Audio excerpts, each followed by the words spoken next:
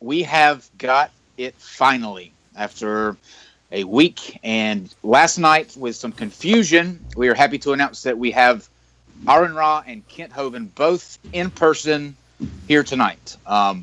This is going to be a historic night, I think. We're going to have a really good show. And I thank, first of all of you guys out there for joining us. We do episodes every Saturday at noon. You can visit www.nonseqshow.com, and that's NONSEQ show.com. You can also check out the guests that we have coming up, just to kind of give you an example of the shows that we have coming up in the coming weeks. We have Nate Dern from funnyordie.com, who is going to be coming on to talk about his new book, Not Quite a Genius. We are also starting a new segment with Pamela Whistle, who is the membership director of American Atheists. And they get all kinds of hate mail and voicemails every week. So she's going to be coming on once a week to kind of go through those voicemails and emails. And it's really fun. I mean, it's going to be really funny. At this time, I'm going to hand it over to my co-host, Steve McCrae, who will introduce the two contenders that we have tonight, and we'll go from there. So enjoy the show, everyone. Well, I don't think either one of these gentlemen kind of need any kind of introductions by now. I think anybody knows who they are. However, for this discussion, I think that they both should spend at least a minute or two kind of introducing themselves, giving their position and why they're having this discussion, and then we'll kind of jump right into it and kind of have just a free-for-all organic conversation between the both of them. Ken, I want you, if you're possible, can you start, give about 1 or 2 minutes, explain who you are, your position, and then we'll have Aaron do the same? Certainly, yes, sir. Thank you for having me here. I'm 65 years old. My name's Kent Hovind. I've been a Baptist, ordained Baptist preacher since 1974. I taught high school science and math in Christian schools for 15 years. I've been a full-time evangelist speaking on creation versus evolution for about 30 years now. I take the position that the Bible is literally true and scientifically accurate, and the evolution theory is the dumbest and most dangerous religion in the history of humanity. And those are the nice things we say about it. Okay. Is that all you want to say? Well, yeah, we're building a Christian park in a campground, actually, in Lenox, Alabama, straight north of Pensacola. Dinosaur Adventureland. It'll be a simple science experiments to teach biblical lessons, and you guys can come on down. We have a lot of fun. We have 10 lakes on the property. Someone gave us the property, and we're having all kinds of things. We hope to be open April 21st. My website is drdino.com, and the phone number, 855-BIG-DINO, extension 3, takes right straight to my cell phone. I'll be glad to answer any questions. Okay. Thank you very much. Aaron, why don't you go ahead and take a minute or two, kind of tell people who you are and your positions on all this. My name is Aaron Ra. I had it legally changed for my state Senate position, and because it's the name that I wanted to appear when I both ran for office, and of course also on my book. It's on all my publications for the last 10 years, and it's on my driver's license, my credit cards, Wikipedia, all of that. So I am the Southwest Regional Director of American Atheists, and I'm the director of the Phylogeny Explorer Project. And we do, my wife and I, we do educational videos, and I have a channel of 160,000 some odd subscribers where we counter creationism. Okay. And my book available on Amazon is The Foundational Falsehoods of Creationism, and is very highly rated. And Mr. Hovind is mentioned in it numerous times. Oh, yay. Thank you, sir. All right, awesome. So what we kind of figured was, because it's not going to be a structured debate, and there's so much that I think you gentlemen have to discuss, I'm just going to kind of throw it over to you guys. And Kyle and I kind of going to step back, let you guys have this a very free-flowing, organic conversation. Aaron, why don't you kind of start us off? Or I think that Kyle had mentioned before that maybe there's something that Kent wanted to mention, or did you kind of bypass that, Kent? Kent wants to go on about something first. Okay, that's fine. If Kent, you want to start on that, and I know you said it may take a while, but if Aaron is kind of cool with it, then you want to lead in with that, and we can go from there.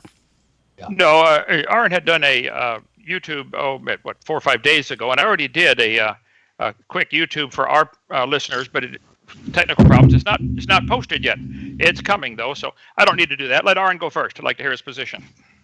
All right. Well, my position is that obviously counter yours completely. I mean, I would say that the reason that the Bible is absolutely wrong about absolutely everything is because it was obviously written by ignorant, bigoted, primitive, superstitious savages who clearly had no idea what they were talking about. And that's why there's nothing that can be verified accurate, but a whole lot that is laughably stupid about what the Bible describes about the world. In fact, the way everything the Bible says about the earth in relation to the rest of the cosmos, any indication about genetics or history, anything, is embarrassingly dumb. Yeah, and there is, of course, no truth to any of your claims about evolution being a religion, for example. This is just an attempt at projection where you're trying to cast your own faults onto those who will not share them, and it's an attempt at the fallacy of false equivalence, which is what I think you meant to talk about. I'm sure, because that deals with most of your arguments. That and equivocation. Kent? Well, okay. Well, before we get into a discussion too far on the topic of evolution, we need to define what we're talking about. And for many years, I think you've obviously seen many times my division of that word into 6 different categories. Yes, those are inaccurate, so we're going to go with the correct definition. I know that you've actually bragged many times that people have corrected your misdescription of that, and it's appropriate that they correct you on this. I don't know why you don't correct yourself when you keep repeating an error. So when we talk about evolution, unless otherwise specified, because there is a colloquial meaning that doesn't apply to biological evolution or the science of evolution or certainly the theory of evolution, which pertains only to the aspect or theory of biodiversity, which can be summarily defined as genetic variance in reproductive populations over time, or a change in allele frequencies in reproductive populations over time. Okay, now, I can give a longer definition, but still it's going to be within the confines of biology. Okay, so you're saying the word evolution only encompasses the living things that have already come alive somehow. So you're leaving out any kind of organic evolution, or what I would call... There's no such thing as organic evolution. If we're talking about abiogenesis, that's a overlapping series of different processes. None of them are the evolutionary process, which is descent with inherent genetic modification. Okay, so is this descent with genetic modification limited in any way, or do you think elephants and pine trees are related? Well, definitely I think that elephants and pine trees are related, and that is a demonstrable fact, yes. And how would you demonstrate the fact that elephants and pine trees are related? One of the primary way is phylogeny, which is kind of what I'm all about. It's my hobby that has become, thankfully, my job. Directing the Phylogeny Explorer project, which is an attempt to depict the entire phylogenetic tree of life as a navigable online encyclopedia of the entire cladistic system. Okay, so just for the audience's sake, you are what I would say, skipping the first 5 definitions of what I call evolution, the cosmic. What only you and people who do not know science call evolution. Okay, I think every textbook from every public school teaches all these as part of the general overarching principle. Except that none of them, no textbook anywhere ever described what you describe as evolution. Unless you want to get into A. Becker or some of the other Christian deliberate misrepresentations to try to deceive students. But if you're talking about actual scientific documents, nobody agrees with the way you misrepresent this. So we're going to keep evolution as descent with inherent genetic modification. So descent with inherent genetic modification. So they already have the ability to reproduce. They already are alive. They're already able to move, replicate, and ingest, digest food. You've already bypassed the major hurdles that are going to be a great obstacle to your religion. I don't have a religion, but you certainly do. We absolutely certainly do not. And we're about to prove that. Kent, okay. I want to hear your infantile definition of what a religion is, and let's see how you've explored that. You can look it up in any dictionary. Look it up in Wikipedia. Well, I have actually looked it up in a lot of different dictionaries. When I took a course on comparative or the history of comparative world religions, our professor there challenged us, saying that religion was something that he thought was impossible to define. I didn't think it was impossible to define because I do classification and I understand the rules for how to classify things. And as a matter of fact, I made this a little easier. I posted a collection of definitions that are relevant to this subject some years ago, back in 2012. I put something called Offerings to the Atheist Dictionary, because these are words that are comically is correct, that are comically misrepresented whenever you're arguing with creationists. The definition of religion that I came up with by examining all the different things that are universally accepted as religion by both their adherents and their critics are a doctrine of ritual traditions, ceremonies, mythology, and associated dogma of a faith-based belief system which posits a posthumous promise that some element of self, be it a soul or consciousness or memories, etc., may in some sense continue beyond the death of a physical being. Now, this applies to every religion that is universally accepted as a religion, and evolution, however, meets exactly none of these criteria. So I want to hear what you define as a religion and how we can distinguish things that are not religion from things that are. Okay, I would like to ask Kyle or one of the moderators to kind of keep time here, because Aaron keeps over-talking me and monopolizing the conversation. This is supposed to be a discussion. I would like equal time. Okay. Fair enough. Okay. He's asked you a question. We're going to give you ample time to respond to his question with a direct answer for a direct question. I have up on screen the definition from Random House Webster's College Dictionary, year 2000, page 1116. Religion, a set of beliefs concerning the cause, nature, and purpose of the universe. That is what fits your religion of evolutionism. Except that it doesn't. It does. It's exactly it. It doesn't, because evolution has nothing to do with the cause of the universe, nor certainly not the purpose of it. Does it have to do with the nature of the universe, how things work? How things work, yes. Okay, well then you but have a not religion. With the universe. Okay, you believe that dogs, you believe that whales, I think it was elephants and pine trees are related. They're one's ever seen eukaryotes, are they not? No one's ever seen an elephant produce anything but an elephant. They are both eukaryotes, are they not? It doesn't matter. They're both living. Why does it not matter? They're both above ground. They both ingest and gases. But they're both eukaryotes, correct? It doesn't matter. You're missing the point. It certainly does matter. But the question is not whether it matters. The question is whether or not they are eukaryotes. You're missing the point completely. No. You are missing the point. Are they both eukaryotes, yes or no? As far as I know, they are. That doesn't. Yes. So does Have you ever seen a eukaryote give birth to a non-eukaryote? Does that prove they're related? Within the phylogeny, yes, it does. Okay. Now, since you keep talking about phylogeny and said this is your area of expertise, I would like to just ask you. You were on a show called The Non Sequitur, which I think is classic. A non sequitur is a conclusion or statement that does not logically follow from the previous argument or statement. Okay. I think we can give examples of elephants producing elephants and pine trees producing pine trees. It does not logically follow that they are related. Why would that not logically follow? I need to explain something to you that you've been repeating incorrectly for years. I've been listening to you get this wrong for 20 years, and I'm delighted that maybe I'm the first person out of all the people you talk to. It can't be that I'm the first person to address this, but I keep hearing you repeat this error. So let me address that now. It is not an error. It is not an error. The law of monophily. You are in error. You are in error, and I'm here to fix it. You have no idea what I'm even going to say. And when I'm done saying it, you still won't have any idea what I said. You have no idea, Aaron. You have no idea what you're saying. I will help you here. Religion is a belief, and you have. Don't pretend. I know that you made a life out of pretending, but that's not what we're going to do. I'm addressing your error. Just be very clear. Hold it.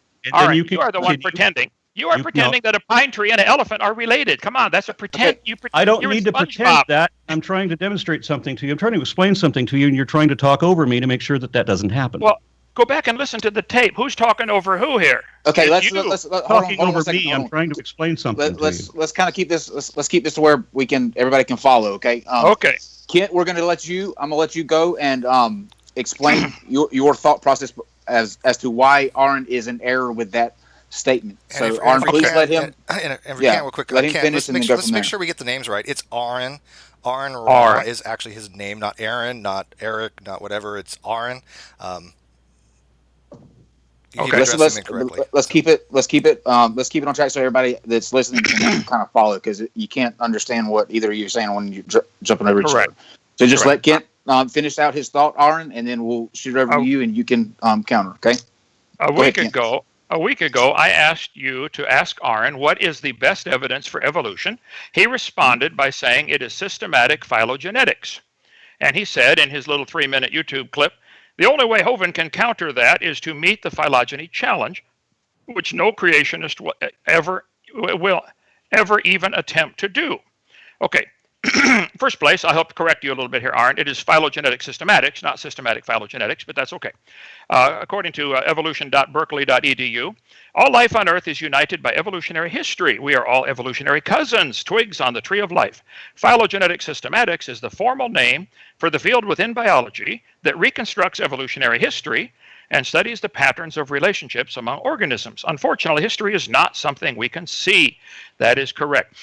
Phylogenetic, from the dictionary, just Googled it on Google here, relating to the evolutionary development and diversification of a species or group of organisms, or of a particular feature of an organism, for instance, the teeth or the bone structure, etc. And I'm holding in front of me, I'll show it from Encyclopedia Britannica 2005, a phylogenetic tree based on the nucleotide differences in the gene for cytochrome C. And they have all these creatures with lines drawn between them, showing that a human, a monkey, a dog, a horse, a pig, etc., and a moth and a screwworm and a tuna are all related to a common ancestor.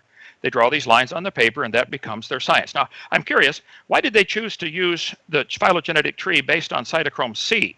Why did you make a tree based on the number of chromosomes, or based on the adult body weight, or based on life expectancy, or based on life or gestation period, or based on average number of offspring, or based on the number of teeth? Because they have to focus on derived synapomorphies.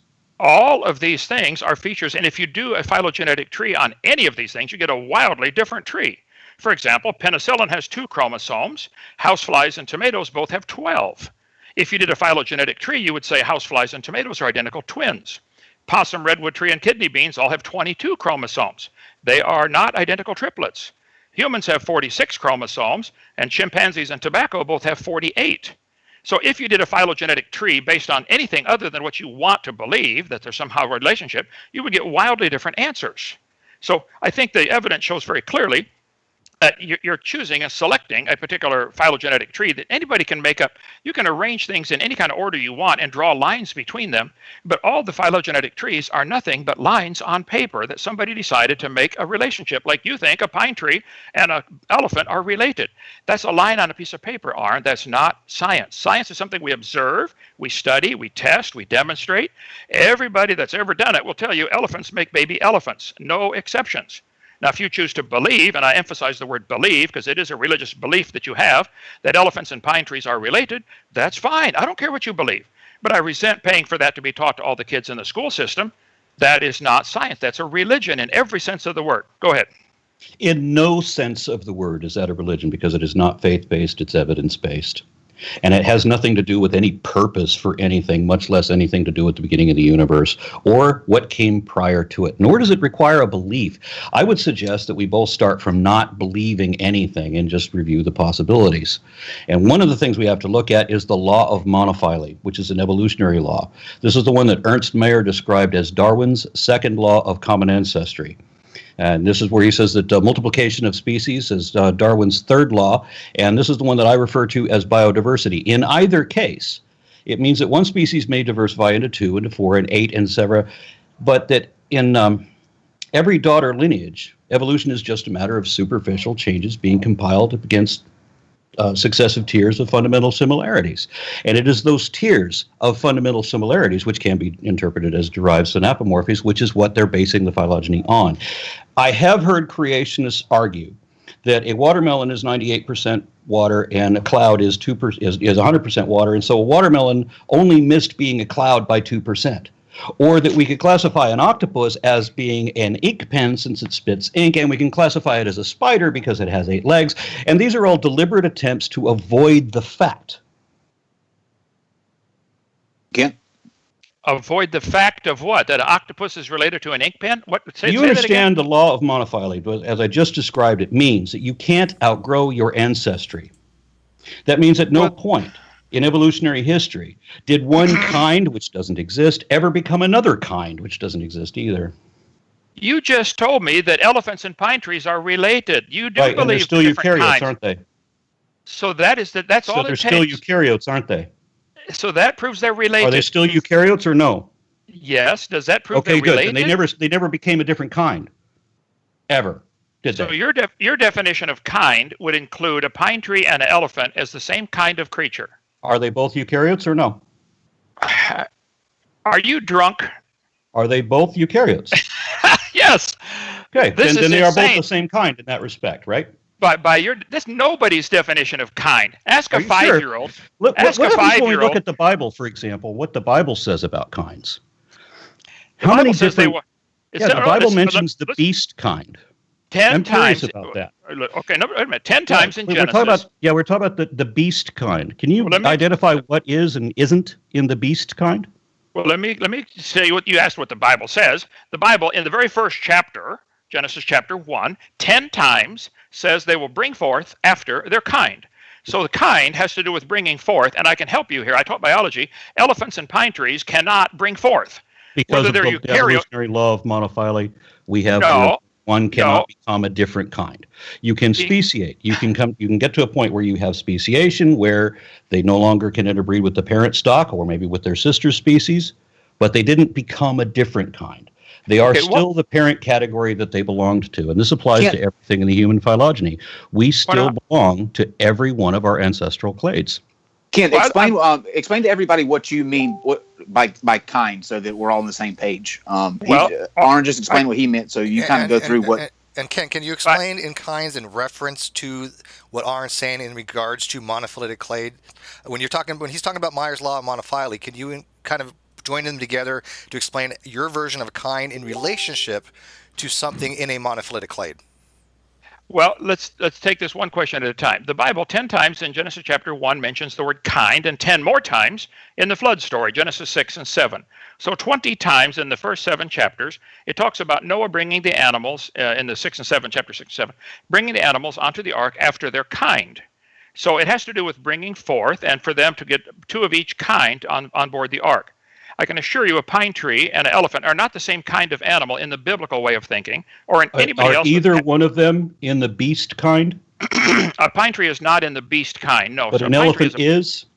An elephant is a beast. It's a beast of the earth. Okay, Yes, how it's an many animal. different types of beasts are within the elephant or within the beast kind? Well, And I how think there can are- we distinguish them? Well, the current estimate is there are 7,000 or 8,000 kinds of animals on land. How many who of them are who breathe beasts? air.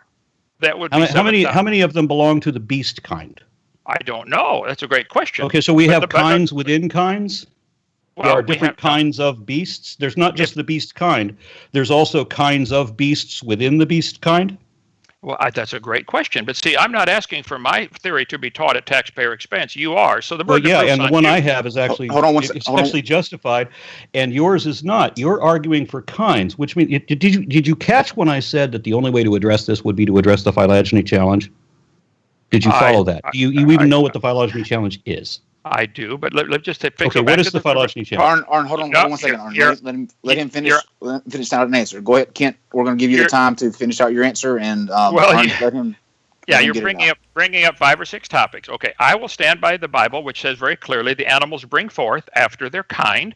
Therefore, the ability to bring forth seems to be directly related into deciding what exactly is a kind. I think we could demonstrate. Let me show up some pictures here we're going to video this for people. There are 200 recognized species of squirrels in the world. They are the same kind of animal called a squirrel. That's from Is there National anything Geographic. other than squirrels that are in that kind? In the squirrel kind, I don't know. Is there a squirrel? Okay, so there's a squirrel kind. So God created a primordial group of a pair, I guess, of squirrels, I don't, that could then- see. and then If he you- created a. Is there a chipmunk kind as well? Now, whether the chipmunk and squirrel are related would be a good study for biology. But I Yeah, think it would. anybody, It would define what a kind is. Sure. So did God create 2 rodents? Wait, there's a rodent kind. So now we have squirrels, we have chipmunks, do we have rabbits in that? Are we going to put lagomorphs into that same kind as well? and you're talking over me again. I don't interrupt you. Now listen, there are 200 recognized species, and I'll use the word species, of squirrels. I think they're probably all interfertile. There are 350 breeds of horses. You get into different names here, what they mean. What is a breed name? What is a species? What is a family, a genus, a kind? The biblical definition of kind was given, or the word kind was used way before Carolus Linnaeus was ever thought of. So Carolus Linnaeus came up with our current classification system.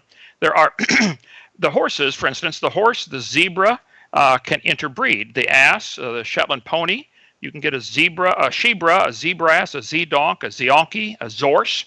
They probably are the same kind. I don't know exactly where the line is, but I think it's pretty obvious in most cases that. Well, clearly that not.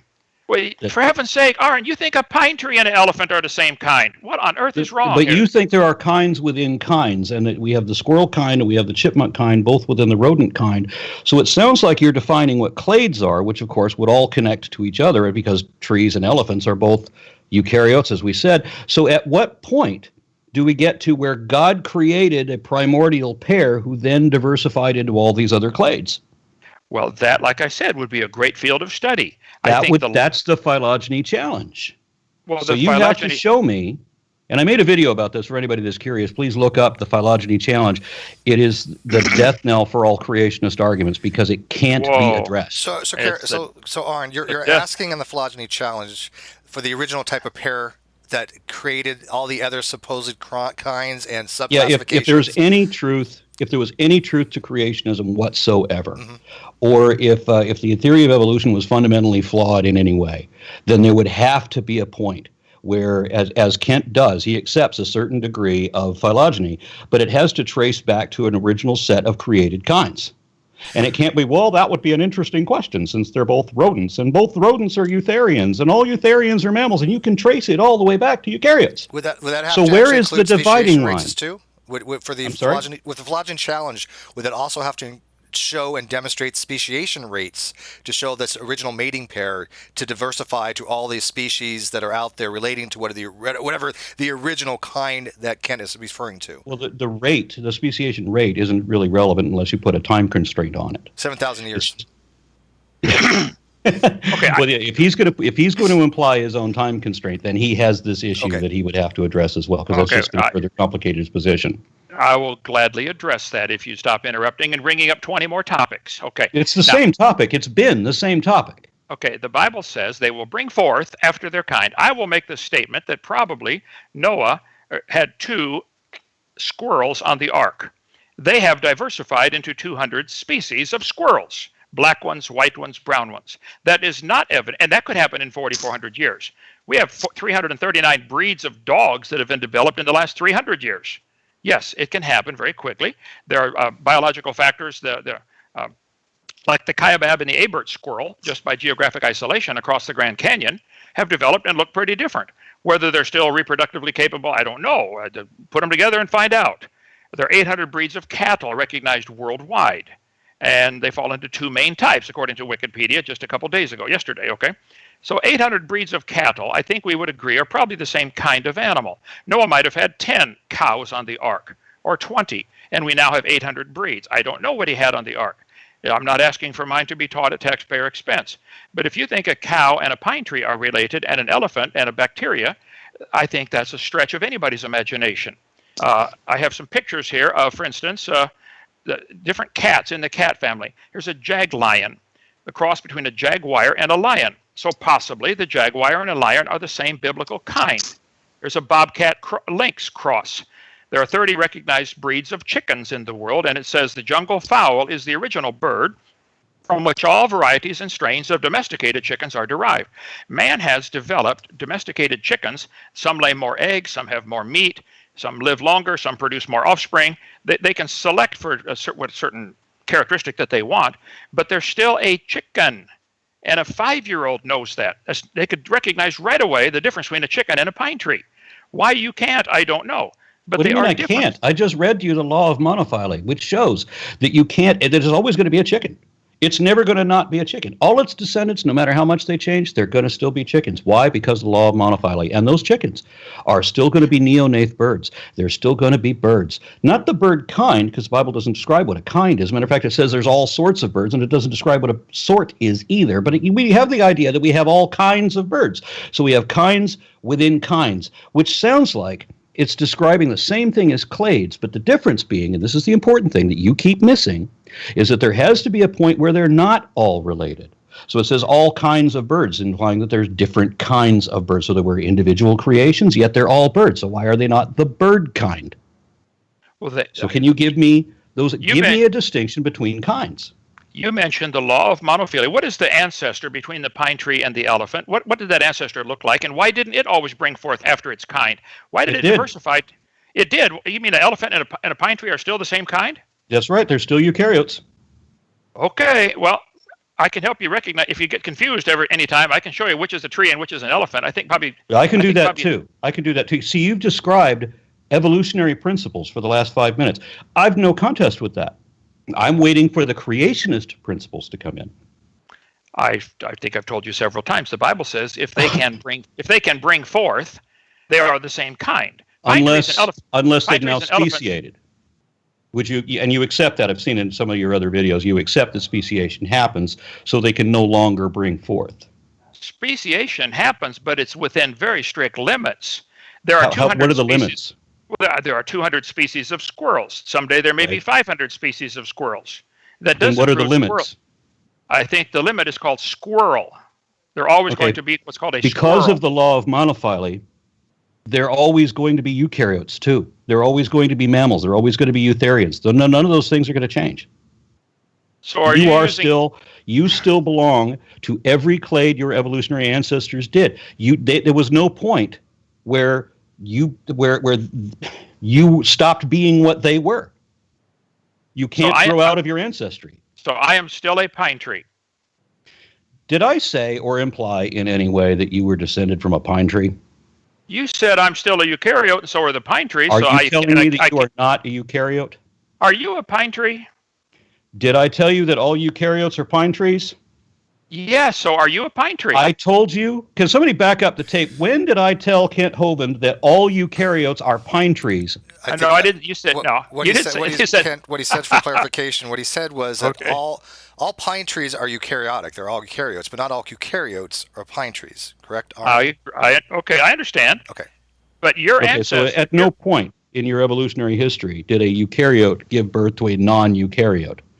So, and the same thing applies throughout. So all the hundreds of times that in the last 20 years you kept saying a dog never produces a non-dog. I'm sorry, that's always been wrong. That's always been a straw man. That has never been a correct criticism of evolution. That has been a description of an evolutionary law which you have failed to understand these decades. No, I think I completely understand it. Dogs always just produce demonstrated other and will now do so again. Let him get it out. Let him get it out. I will say it again. You haven't understood it in 20 years, but dogs do always produce dogs. Do you know of an exception to that? Because of the evolutionary law of monophily, that is true. And dogs remain conoidean carnivores. They never became a non-carnivore when they produced the first dogs. Still a carnivore. Still a member of every one of its parental clades. Same thing with cats. Phalloidean carnivores are still carnivores. Dogs, cats, both carnivores. Okay, let me ask you a question. Are pine trees carnivores? Because carnivora is limited to a subset of mammals and trees are not even animals, no. But you think elephants and pine trees and dogs are related? Are still eukaryotes, yes. So, but at some point they became carnivores. Something happened. Yes, that's correct. And I've got a series of videos explaining the evolutionary stages of that, if anybody listening to this cares. It's called The Systematic Classification of Life, where I go through some of the major clades. We're up to episode 24, and we've just now gotten to mammals. So there's another dozen or so videos in that series at least to come. That ought to be exciting. Okay. So pine trees and elephants and dogs are related. At some point, the ancestor of whatever that ancestor looked like, diversified, and obviously elephants and dogs and pine trees look different today and behave differently and are now in certainly different species. I would assume different families and, maybe families, kingdoms. Well, they're different kingdoms, plant and animal kingdom, aren't they? The families and kingdoms really don't matter. Those are Linnaean constructs and they're not really applicable. So the only thing that has a hard definition, the thing with the hardest definition is species. So everything else, all of these other taxonomic groupings, these grades that Linnaeus came up with, they serve only as signposts anymore because he wasn't aware of how many increments there were between each of these different levels. So Carolus Linnaeus was not aware that a pine tree was different than an elephant? Let's try this. Obviously, you're trying to misrepresent this as much as you can because I never said anything like that. However, you did mention the 5-year-old could tell them apart. Now, what were the examples that you gave? A dog, an elephant, and a pine tree? Do you think a 5-year-old could tell the difference between those? Yeah, I think a 5-year-old doing the old Sesame Street game of one of these things is not like the other could probably pretty easily depict that the pine tree is the odd one out. Would you agree with that? Very good. You're slowly getting it. There's hope. Go ahead. Keep going. Okay, I can't imagine that anybody, even in your following, could possibly think that you're the one that understands this and I'm not. I think they all believe I understand it and you don't. But go ahead. Okay. Using the same description, you can find other things that are closer and eliminate the dog from the elephant by finding things that are closer to those. Using that same simple principle, once you realize derived synapomorphies, which things matter, which things don't. You can't decide that a certain type of parrot isn't a parrot because it's green. For example, you can't make up arbitrary rules like that. If you want to categorize any collective, you have to find the traits that are already contained within every member universally accepted in that set before you can decide whether some new addition belongs there or not. Do you understand that? Well, let's say we're going to accept the traits of an animal to be something. Okay, so you didn't answer that question. Well, you've asked me about 14 questions here and left left them that one unanswered. question. You didn't answer that one question. Well, let's You go came back up to with the a- original. You've got another question instead of the answer. Well, we still That's have. all right. It doesn't matter. No, Go no, ahead. it's- You change the subject however you want. Go back and listen to this tape, Aaron. You changed the subject repeatedly. Your original No, I'm question. still on the same subject, and you're Okay. trying to derail. But go ahead. I Change am it to not. whatever All right, subject. how about we do this? Because a lot of crosstalk. Aaron, ask your question again, very directly, very succinctly, and then we'll have Kent directly answer that single solitary question, not going back to anything that's been previously discussed up to date. Just what question did you just ask that you want him to have a direct answer to? Well, no, I didn't get to answer the very first one yet about what is a species or what is a biblical kind. I'm trying to All right, answer let's that. start there, because that is the same. I That think they're all related. topic has not changed. It's the same thing I've been talking about since the beginning. He thinks it's multiple subjects. It's No, not. it's the It's same just that he has no topic. clue what he's talking about. I mean, So please, let's get back to the one and only subject we've been discussing so far. Identify kinds as distinguished from other kinds. Give me a couple of different species, for example, that we can identify as being different created kinds. Things that ideally scientists would consider closely related. Not Okay. as far apart as you can find them, but something that scientists would say, well, these are both in this group, and you say, no, these are both individual creations. Give me that example. Okay, I have in front of me a picture that I got from the internet 2 days ago showing carnivora, which includes panthers, the skunk, the otter, the familiar dog, the Canis familiaris and Canis lupus, the wolf, and they have lines drawn connecting them all to a common ancestor. And I would like to point out that in the panther kind, there are, according to A to Z Animals.com, 7 different subspecies of leopard which differ in their appearance. The African leopard is the most common. I would suspect those 7 different leopards had a common ancestor, and it was a cat. Okay. Okay, Then it so says- let me ask for clarification purposes. When I say kind, and you say kind, we are obviously talking about something different. Correct. Now, you are describing, though you aren't aware of it, you are describing a clade.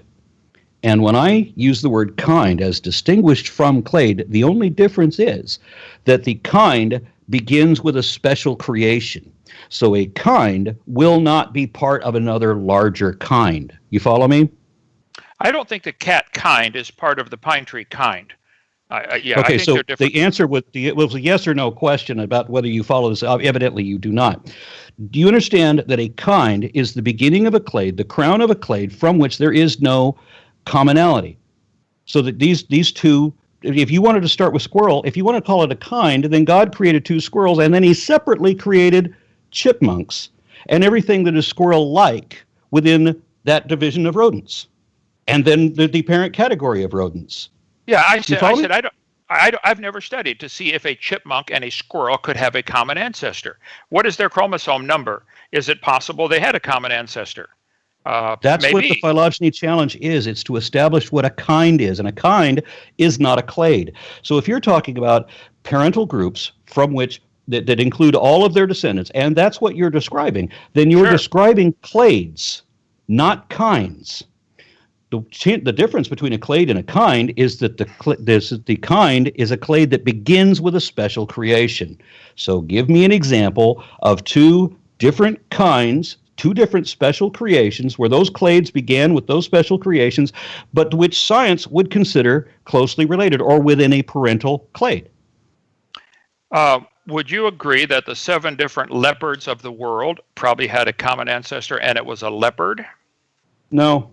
You don't agree with that? Okay. Well, no, Well, no. I agree that the leopards would have a common ancestor that was a leopard, and that all panthers also have a common ancestor with other cats, and that macarodonts also have a common ancestor with panthers and felines, because there's 3 different distinctions for cats, and that Right. the nymphorids also are related to cats with a common ancestor, and that we get to further down, we also have viverids included, and then we also have canoids, which are the dogs, the bears, the weasels, the seals. All of these are genetically linked. It's not just lines on paper. And if you think that phylogenetics is just drawing lines on paper, then yeah, we need to have a long talk, and this is it. So at what point could you show me 2 different created kinds that don't share a common ancestor? Okay. I think the created kind, let's take the pine tree leopard example here, since we're on that. You believe they had a common ancestor. I do not. I Okay. think pine trees, I don't know how many varieties, I didn't look it up. How many pine trees are there? A lot. I mean, there's the loblolly, the longleaf, gee whiz, there's probably 1,000 varieties of pine trees. Now, whether they had a common ancestor or not is interesting. I don't know, but let's assume that they did. If we can get 1,000 varieties of pine trees from an original pine tree, that is not evidence that a pine tree and a leopard are related. It How is do you evidence, however, that all of these conifers had a common ancestor, is it not? I agree. They Okay. probably So did. can you find me, same question, repeating the same question again, which you clearly you have demonstrated you do not understand the question, so I'm phrasing it again. Okay. I want you to give me not just another description of a clade, which you mistakenly referred to as a kind. No, that's not what a kind is. That's a clade. A kind is where the clade begins with a special creation. Can you give me 2 special creations that science would consider to be in the same parent category? Probably the 4 different. I don't know if I had my next picture here shows the 4 different species of skunks. I mean, because this picture showed a skunk and a leopard as being related. Yes, because skunks are mustelids, which are a subset of Canoidea, and then your panthers, again, a subset of Phyloidea, both within order Carnivora. So Sure. are you suggesting then that God created skunks but did not create any of the other weasels around it, that all other mustelids, or did he create a common ancestor of mustelids? And then we have to look at the common ancestor of mustelids along with the other related groups within Canoidea. Is mustelid, is a skunk your created kind, or is mustelid your created kind? Which is it? I don't know. That's a good question. I think that this textbook shows the otter also is in here next to the skunk as being related. There are 13 varieties of otters, and they have so a line. I gave you a hint that you needed to look up the phylogeny challenge before you address this, and you don't even know what the phylogeny challenge is.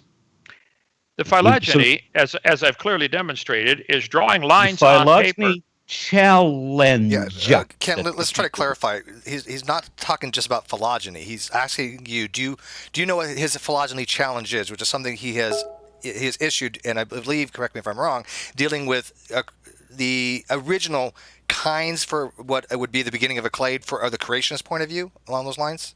Yeah, I set it up so that most people who visit my channel would see the phylogeny challenge video first thing. Mm-hmm. Sure.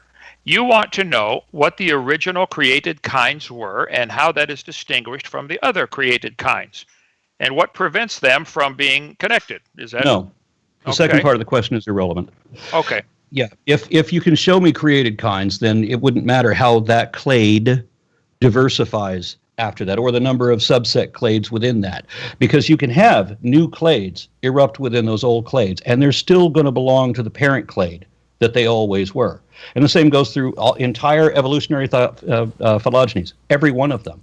They remain belonging to every ancestral category that their ancestors ever did. There was never became a non-dog. That argument is invalid. So show me 2 created kinds that science would consider within the same parental clade. Hold it. If they never became something other than their parents, because of the law of monophily that I just described. It's an evolutionary law. So if there was something then that was the ancestor of pine trees and elephants where we started this conversation, obviously something happened. And what this is nobody's ever observed this. See, science, I guess my definition of science is very different than yours. Science is things we observe, study, test, and demonstrate. And that is exactly my definition as well. Okay, then so far, every farmer and we in the can world, observe, study, test, and demonstrate that the most primitive and simplest plants are in fact single-celled, and that they are eukaryotes. And do you think? And if we just teach the facts, if we teach the observable, testable, verifiable facts about this, then we come up with what Linnaeus came up with when he discovered a tree of life that should not exist. He was a creationist. He had no idea, no concept of evolution. In his time, species were immutable. You couldn't derive a new species. And yet he was seeing a tree such as you're currently describing. You don't realize it's cladistics that you're talking about, but that's what it is. He didn't have a concept of that, and he couldn't explain it. That's why he turned to the scientific community and challenged them to explain why is he seeing this. So did Linnaeus think that pine trees and elephants were related? No. He was a creationist, but he did think that apes and people were the same thing, indistinguishable. And he challenged the scientific community to find him a generic difference that accords to the laws of cladistics, or not cladistics, of taxonomy. And they couldn't. So they arbitrarily created a class of Pongo, just to ease their own conscience about it. But then, of course, in the last 20 years or so, genetics has confirmed that there is no such thing as a separate family for the non-human apes. We are still apes. Okay, I think it was dictionary.com or whatever, the word definition of cladistics, since you're trying to equate that with kinds. A method of classification. I'm not. I want to clarify. You are the one who is doing that. No. Distinguished. No, yes. You are using the word. You're using the word kind to describe clades, and you are habitually avoiding the actual definition. A kind would be a clade that begins with a special creation. I distinguish these. You're the one equating them. Do not accuse me of making your mistake. Well, let me just read you the dictionary definition of cladistics, okay, where clades come from. A method of classification of animals and plants according to the proportion of measurable characteristics that they have in common. It is assumed that the higher the proportion of characteristics the two organisms share, the more recently they diverged from a common ancestor. So cladistics that would not be a scientific definition. I can help you with that. The scientific definition is a classification, as I previously described, with all of the criteria that each of these groups should have. You have to make a total tally of everything that is included within that group before you decide whether something else belongs there. But the key word, which is not in your layman's dictionary, is that the cladistics is a classification that includes all its descendants. It doesn't make special exceptions for certain ones. For example, the clade animal, which is formerly known as metazoa, is multicellular eukaryotes with an internal digestive tract. Well, this is the simplest definition. That's what an animal is. That applies to you, right? I definitely have an internal digestive tract. Yes, sir, I do. Yes, and you're a multicellular eukaryote. So, by definition, then, you are an animal. So there was no point in your evolutionary ancestry that an animal gave birth to a non-animal. Because of the law of monophyly, you are still an animal, and you always will be. But hold it, an elephant and a pine tree, something happened. One's no longer an animal. Let's just try to clarify this, because I think you guys are talking past each other, and I think Aaron's asked this like multiple times, and I want to make sure that everybody gets equal time on this. So let's for clarification purposes. Aaron, real quickly, can you explain what you mean by monophyletic clade, but specifically towards Kent's kind definitions? What I think we need to isolate is that all the things you've talked about, the pine tree and mammals, are still eukaryotic, right? They're different kinds of eukaryotes, right? But they're still eukaryotic. And they came from something in evolutionary theory that was non-eukaryotic at one point, right? They have a shared common ancestry. We don't even have to get into the genetics of the fossil record at this point. I mean, there's or embryology or any of the other things that confirm phylogenetics. We're just looking at the simple characters. We're looking at what Carolus Linnaeus would look at. So the commonality between the pine tree and the elephant is that they're eukaryotes. Right. Neither one started from an animal. Being a eukaryote doesn't mean animal. So it means it's referring to a cell that has a nucleus, right?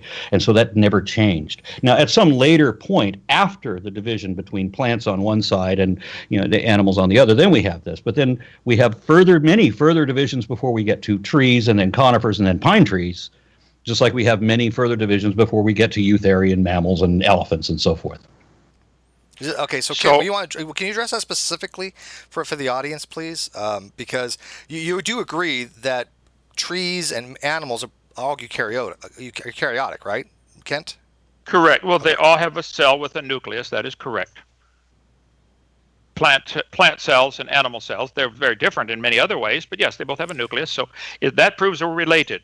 So because we both are eukaryotes, therefore elephants and pine trees are related. I'm just completely baffled at how a grown person could believe that. I just mentioned that there are other categories that we can use. We're only right now looking at Linnaean characteristics. Sure. We haven't got into genetics or embryology or the fossil record or any of that. We're just looking at the characteristics right now. Okay, so I would say we have to consider. We want to make sure that we don't adopt a belief at the onset, because of course that would be dishonest, and it would be dishonest to throw out any evidence that flies against whatever belief you want to adopt at the onset. So we're better off both not having a belief to start with. Okay, well let's start. Look at the facts and the possibilities. Okay, let's look at the facts.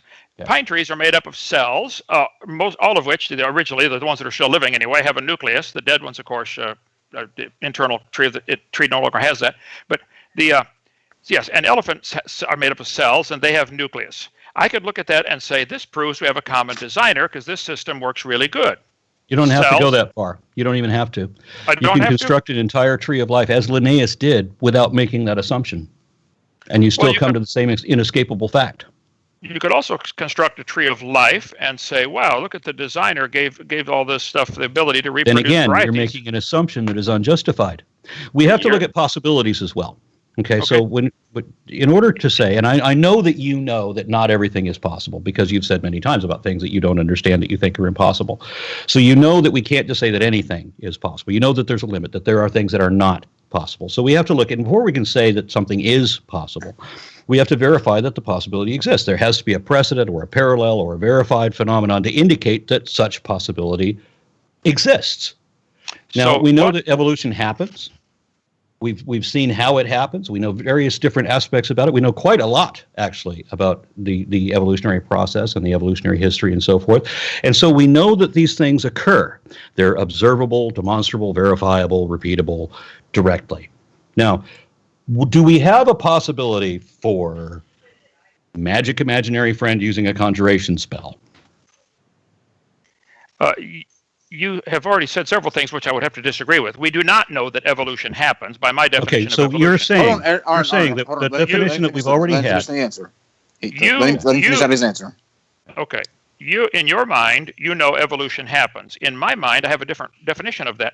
I think variations happen within the same kind, but they're limited to that kind. For instance, but there's no definition of kind still given. That was the core of what we've been talking about for the last half hour, is trying to get you to define a kind as distinguished from a clade. Now, I've given the definition, and I've called you to give examples of that, and you failed to do so. What you have instead done was deny the very definition of evolution as being a fact. You would agree, and you have described already how you accept certain aspects of evolution, and not just change within a species. You're talking about changes between species, which means you accept macroevolution as well. I know you defined it as something else because you have to use equivocation. But just because you use the wrong definitions doesn't mean that your definitions are right. It means the scientific community has established what these definitions are, and you don't get to change them just for your audience. And you don't get to put words in my mouth. I do not believe in macroevolution. By my definition. But you described what you described that you accept. What you said you accept meets the definition that scientists give for what macroevolution is. Microevolution is variation within a species. Macroevolution is variation between species, and this includes speciation, and you accept that speciation happens. So you accept that by definition, the actual, real definition, and not the false one you made up, that you accept what is actually really defined as macroevolution. Let's make sure that Ken has equal time here, Aaron, if we can. That would be wonderful. I want to make sure Ken. Okay. Please, we're trying to make sure you have equal time. But all right, just tell me when to say. I want to make sure you guys are talking about the same things, and I understand both your guys' positions. I've had many conversations with both of you gentlemen. Aaron is explaining it from a very scientific and precise way of looking at it. And what he's asking you is for you to define your terms in a way that is from a creationist point of view, and they don't mesh. And I think that's why we're having a communication failure here. When you're talking about speciation, Kent, what do you mean by macroevolution? What do you mean by speciation? How much of it do you accept? Is that something along the lines of what you want to know, Arn, as far as your questioning? Well, that's okay where I don't think anybody's ever given a really hard definition of species. Is a dog and a wolf a different species, yet they're the same kind of animal? Is a dog and a coyote and a wolf? They're different species, Canis lupus, Canis domesticus, but they're the same kind. So yes, I do accept that speciation happens, but who is getting, like they decided there's a new species of finch on the Galapagos Islands now, because one flew over to a different island and crossbred with a different variety of finch. It still produced a bird. It still produced a finch. So if just because some group of scientists decide to call that a new species, that is not evidence for evolution. That's wishful thinking. That's SpongeBob imagination stuff. I agree, variations happen, and I agree new species could be created if somebody wants to call that a new species. I don't know if the 200 species of squirrels are, I think they have the same kind of animal. So yeah, I think the word species is too flexible. I think the biblical word kind, able to bring forth, so those 200 species of squirrels can probably bring forth babies. The squirrel and a pine tree cannot. They're different kinds. Squirrel and an elephant cannot. Now, whether squirrel and chipmunk, I don't know. That's a good question. I'll do some research on that, Aaron. I'll get back with you. I don't know about chipmunks, if they're in the same kind or not. Good question. I will definitely work on that. But I think I could demonstrate that a squirrel and a pine tree are not the same kind. And if you choose to believe they got a common ancestor, that is your religion. There's no evidence for that. No evidence at all. That's a religion you believe in, and that's fine. This is America. You can have any religion you want, but you should admit it's a religion and quit calling it science. That's not science. So the evidence that we have, both genetic and character-based, that we have these commonalities, and in addition to what we've seen in the fossil record, these are all the facts, and I think you would even agree with this definition of evidence that it is a body of objectively verifiable facts, which are either exclusively, they're positively indicative of or exclusively concordant with one available position over any other. And these would confirm these beyond reasonable doubt. Would you accept that that is the definition of evidence, or that is a working definition for the purpose of this discussion? Well, yes, determining what a fact is. You mentioned that the genetic commonality, I think it's a fact, but whether that proves a common ancestor or common creator is the question. And you mentioned the fossil record. You're interrupting him actually at this right now. Great. So hang on, Aaron. Well, I promise we'll get back to you, but go ahead, Ken. I'll go back I want you to finish your statement because I have been noticed both of you have been interrupting a little bit. So to be fair to everybody, Ken, finish what you're saying and then let Aaron respond, please. Several times he has mentioned that the fossil record is somehow evidence to support his theory that they have a common ancestor. I would contend there is no such thing as a fossil record. There are bones in the dirt indicating they died, but why would you think a bone from the dirt could do something which no animal today could do, which is produce something? If you find squirrel fossils in the dirt, you're going to say this is a squirrel, and it produced squirrels. That's all they produce today. But yet you think a bone in the dirt is capable of doing something no animal today can do, which is produce something other than its fundamentally 5th grade or 5-year-old level kind of animal. Once again, because of the law of monophily, I clearly do not believe that anything ever becomes not what its ancestors were. I've explained this repeatedly. So I do not believe that. Hybridization, by the way, a finch crossing over to another island and then hybridizing with other finches is not speciation. It can be, but it's very, very limited. It very, very limited. The vast majority of speciation events are just build-ups of genetic diversity. We have 4 different types of speciation that are now logged, and hybridization doesn't even account for any of these 4. So these are just build-ups of genetic diversity in different isolated groups, or even emerging within a same group. Okay, well, let me ask you a simple question then. Does this buildup of genetic diversity have any limits? What limits would you propose? What limits might you be thinking of? Okay, let's take limits on size as an example.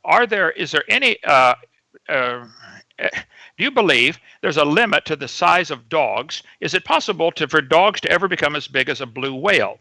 There are animals as big as a blue whale, like the blue whale. So is it possible for an animal, is there a limit on size? Could you get a dog as big as Texas? Godzilla is not possible, for example. Very good, very good. So there are limits to this variation.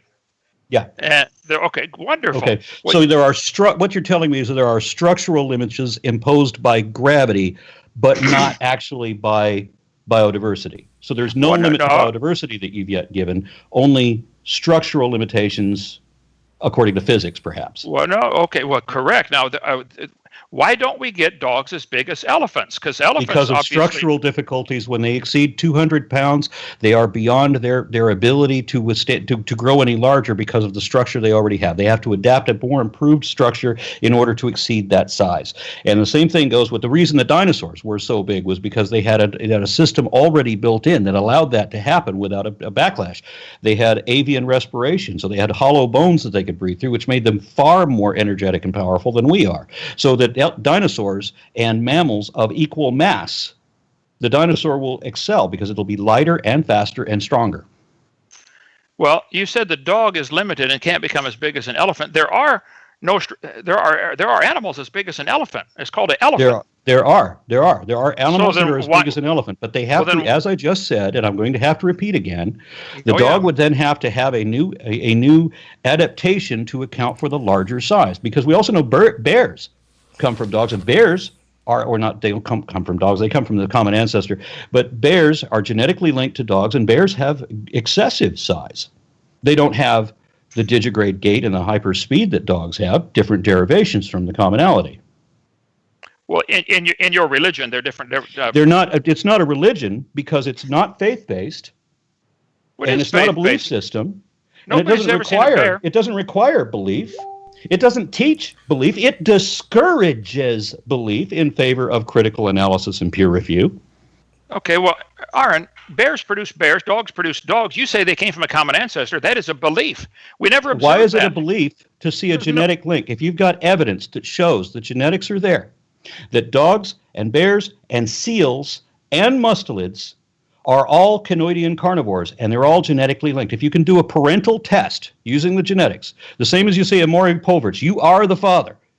We show the genetic link. There is the evidence, not faith like you have, not just going on a book of old fables like you have. We have actual genetic evidence to confirm this. So you have genetic evidence that a dog and a bear are related, and what is that evidence exactly? Because they have similar DNA? I just told you. No, you didn't. You said no. You said there's the word genetics is not. I want to be specific.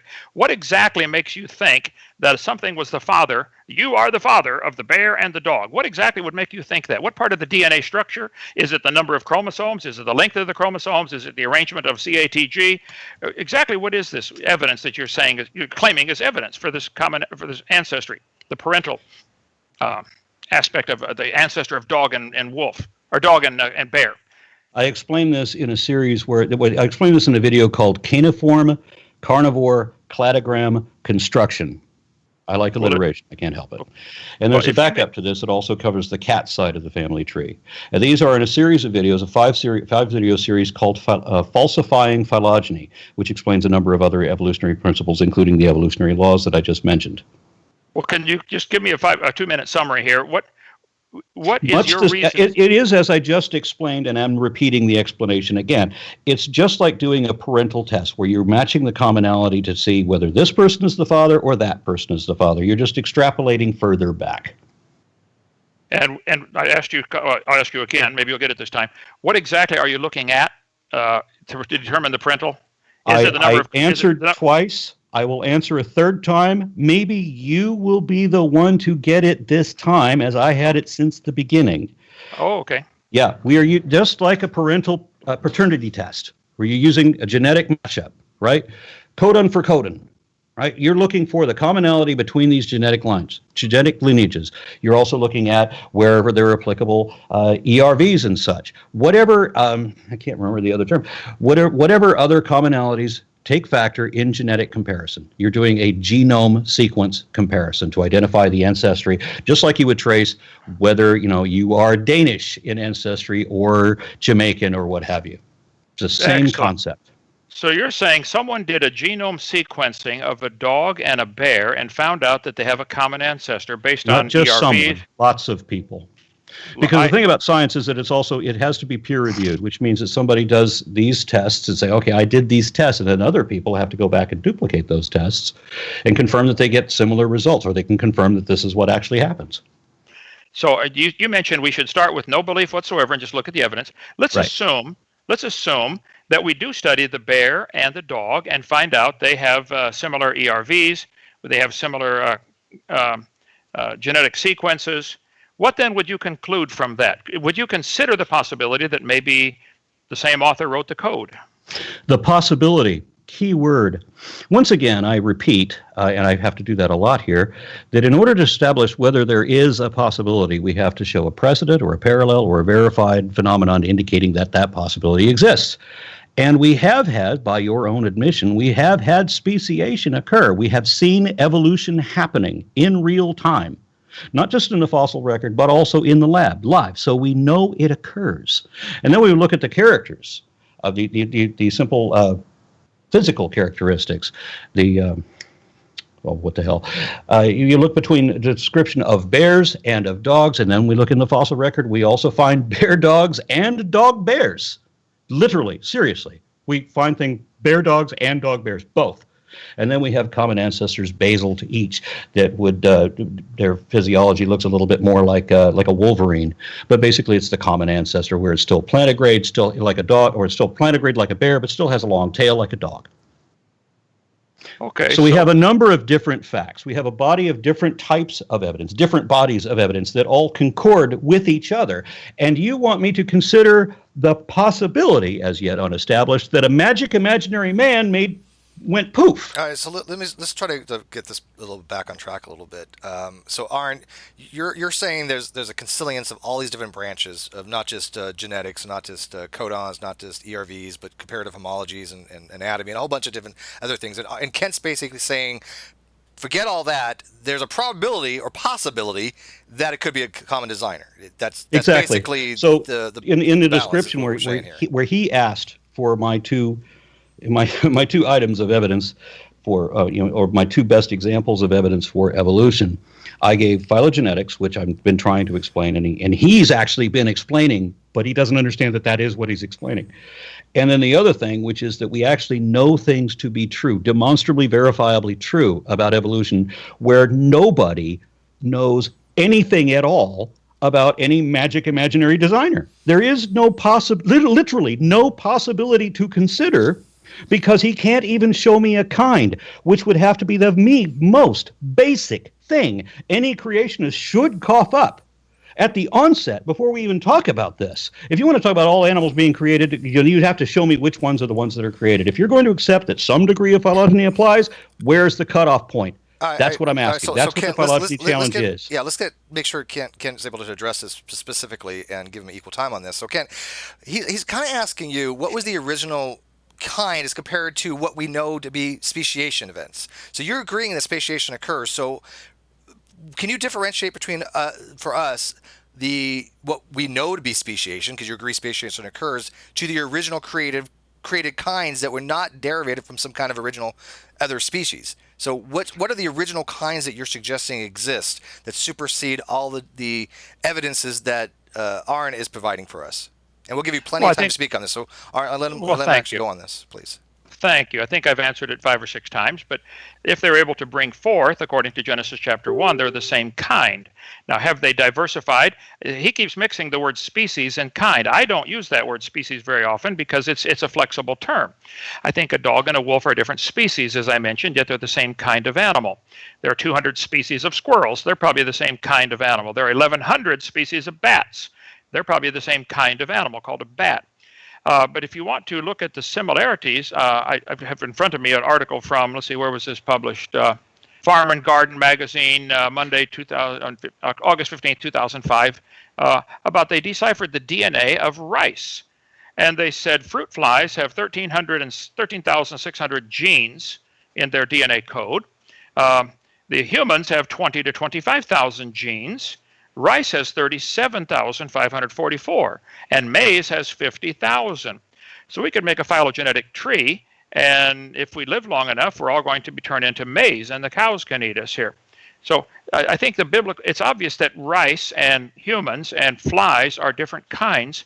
And there's a place called baraminology.com from the Hebrew word baramin, about kind, that is so far as I think they've said there are probably about 7,000 or 8,000 kinds of animals on land that breathe air. This would not include insects or fish that didn't have to go on the ark. About 7,000 kinds of animals probably went on Noah's ark. Some say even less than that. But I don't know. Let's just pick that number and say 7,000 to 8,000 is a reasonable number of kinds of original animals that had to come off the ark. A fish would do just fine in the flood. But I think that everybody should recognize that they're limited. I don't know exactly where the limit is, but we talked about the dog. Can they become as big as an elephant?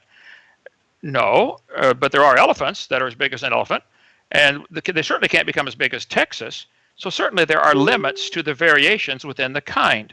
There are sometimes physical limits because of bone structure, et cetera, or the percentage of oxygen in the air. Obviously, there were gigantic insects on this planet. I mean, 52-inch dragonfly fossils have been found. If you want to talk about the fossil record, they talk about 2-foot grasshoppers that they couldn't survive. They couldn't breathe today because they breathe through spiracles in their skin. They don't have a lung system like we do. So we could talk about fossils if you'd like. I have quite a large collection of fossils. I think all the fossils indicate something was very different on this planet. And I would take this to be before the flood came. And nearly all the fossils probably formed because of one big flood event. So my definition of kind, and he keeps intermixing the word species, and please don't do that. If they can bring forth, they're the same kind. There's one kind of animal called a squirrel. There are now 200 species of squirrels.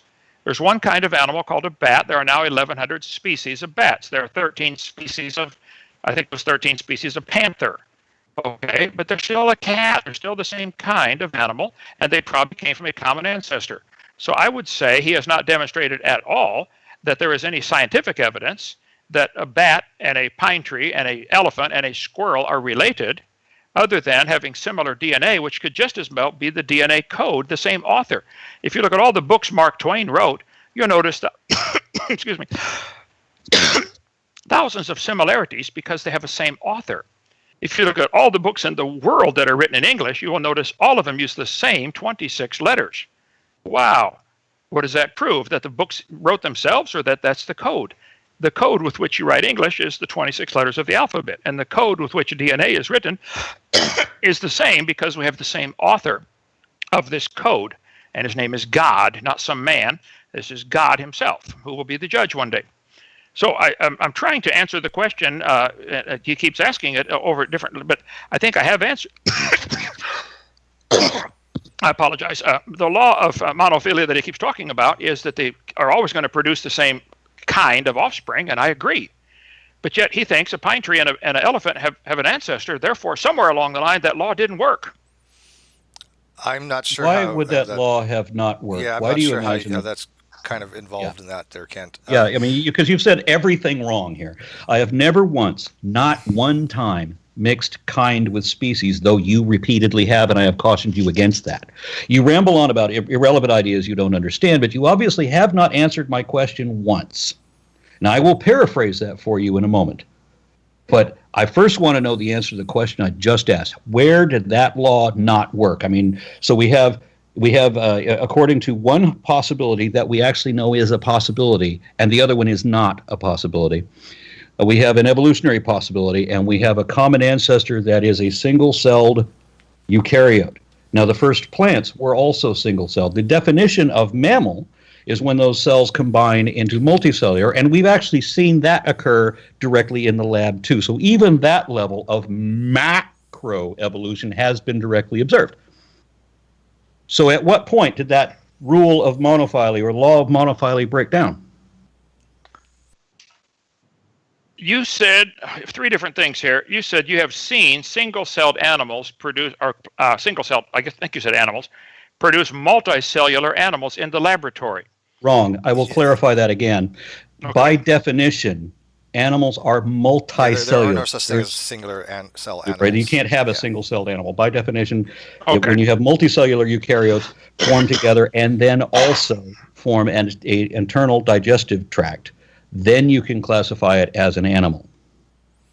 So you're talking about a colony of cells that has a digestive tract, and this is, are you saying this is evidence? If it has an internal digestive tract, then yes. If we're talking about a colony of eukaryotes with an internal digestive tract, that would meet the criteria for the character-based criteria for what we call an animal. However, in phylogeny, it's based on your ancestry, not necessarily your characters. For example, whales and snakes are still classified as tetrapods, even though neither of them have 4 legs anymore, and many of them are not even adapted for life on land anymore because evolutionary ancestry. Likewise, a human would be defined as having a brain of a certain capacity and having 2 arms, 2 legs, and so forth. But people are born without any number of these criteria. We would not say they were not human anymore because we base the classification on their ancestry. So they are still human even if they're born without those characteristics. So all the ancestry from here on out will, like, for example, humans, they're all going to still be humans. They'll all still be mammals. They'll still be all eukaryotes. No matter how much they change. No matter how long down the line. Now, Ken has made the claim, though, that for some reason the law of monophyly has broken down at some point, and I'm not sure if he's answered that yet, where that broke down. He hasn't answered anything yet. He hasn't answered what a kind is. He's the one who keeps mixing them. Well, I keep saying they bring forth. Yeah, he keeps going back to the definition of species as if that were the definition of kinds, and he keeps excusing that when he describes a kind, every time, kind, as he has been doing, like the squirrel kind and the bat kind, those are the squirrel clade and the bat clade. He doesn't understand there's a difference between kind and clade, and the difference is that a kind began with a special creation. He hasn't shown that is possible. He's damn sure hasn't shown that there's any evidence of that, and he hasn't been able to dismiss the evidence that there is for evolution. All he can do is insist that it is a religion when it clearly, absolutely, certainly is not. Now, Ken, you said the original. You think there's like 7,000 original kinds. Now, you saying those are the created kinds? 7,000 original created kinds.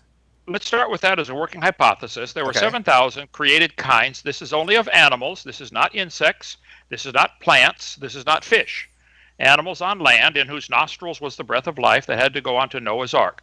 I don't know how many kinds of created plants there were or kinds of created fish. That would be a different story. But let's start with the working hypothesis that there are original 7,000 created kinds. They have now diversified into millions of species. I agree. Speciation happens. I do not think that's any evidence for evolution. I think the speciation is always limited, very limited, in many ways. And I don't think there's any way Aaron's going to come up with any answer to how we get new information. For instance, this single-celled creature that develops a colony and has a digestive tract now has to develop wings and the ability to fly. This is adding information that they're just. I'd love to hear his answer. Where does the additional information for this cell come from, or this cluster of cells, to learn to fly, to learn to reproduce, to learn to eat, to learn to seek out food, to learn to avoid, unpleasant conditions, be it temperature or sunlight or whatever? There are thousands of features that today's animals have. Obviously, the ability to move about, to seek a mate, to seek food, to ingest and digest food, and this had to come from a single cell. Where it looks to me like additional information is being added. Where does this come from? Which is, I think, another giant problem for those who believe, capital B, believe in evolution.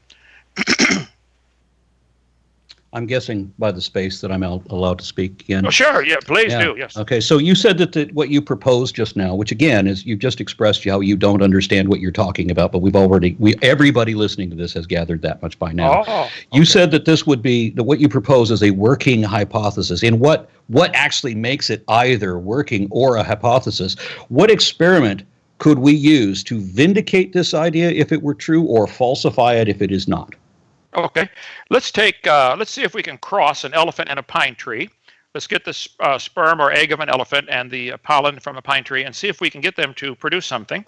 Or let's look at let's see, can they, the Bible says they will bring forth after their kind. If we start with 7,000 kinds of animals, can we get them to interbreed?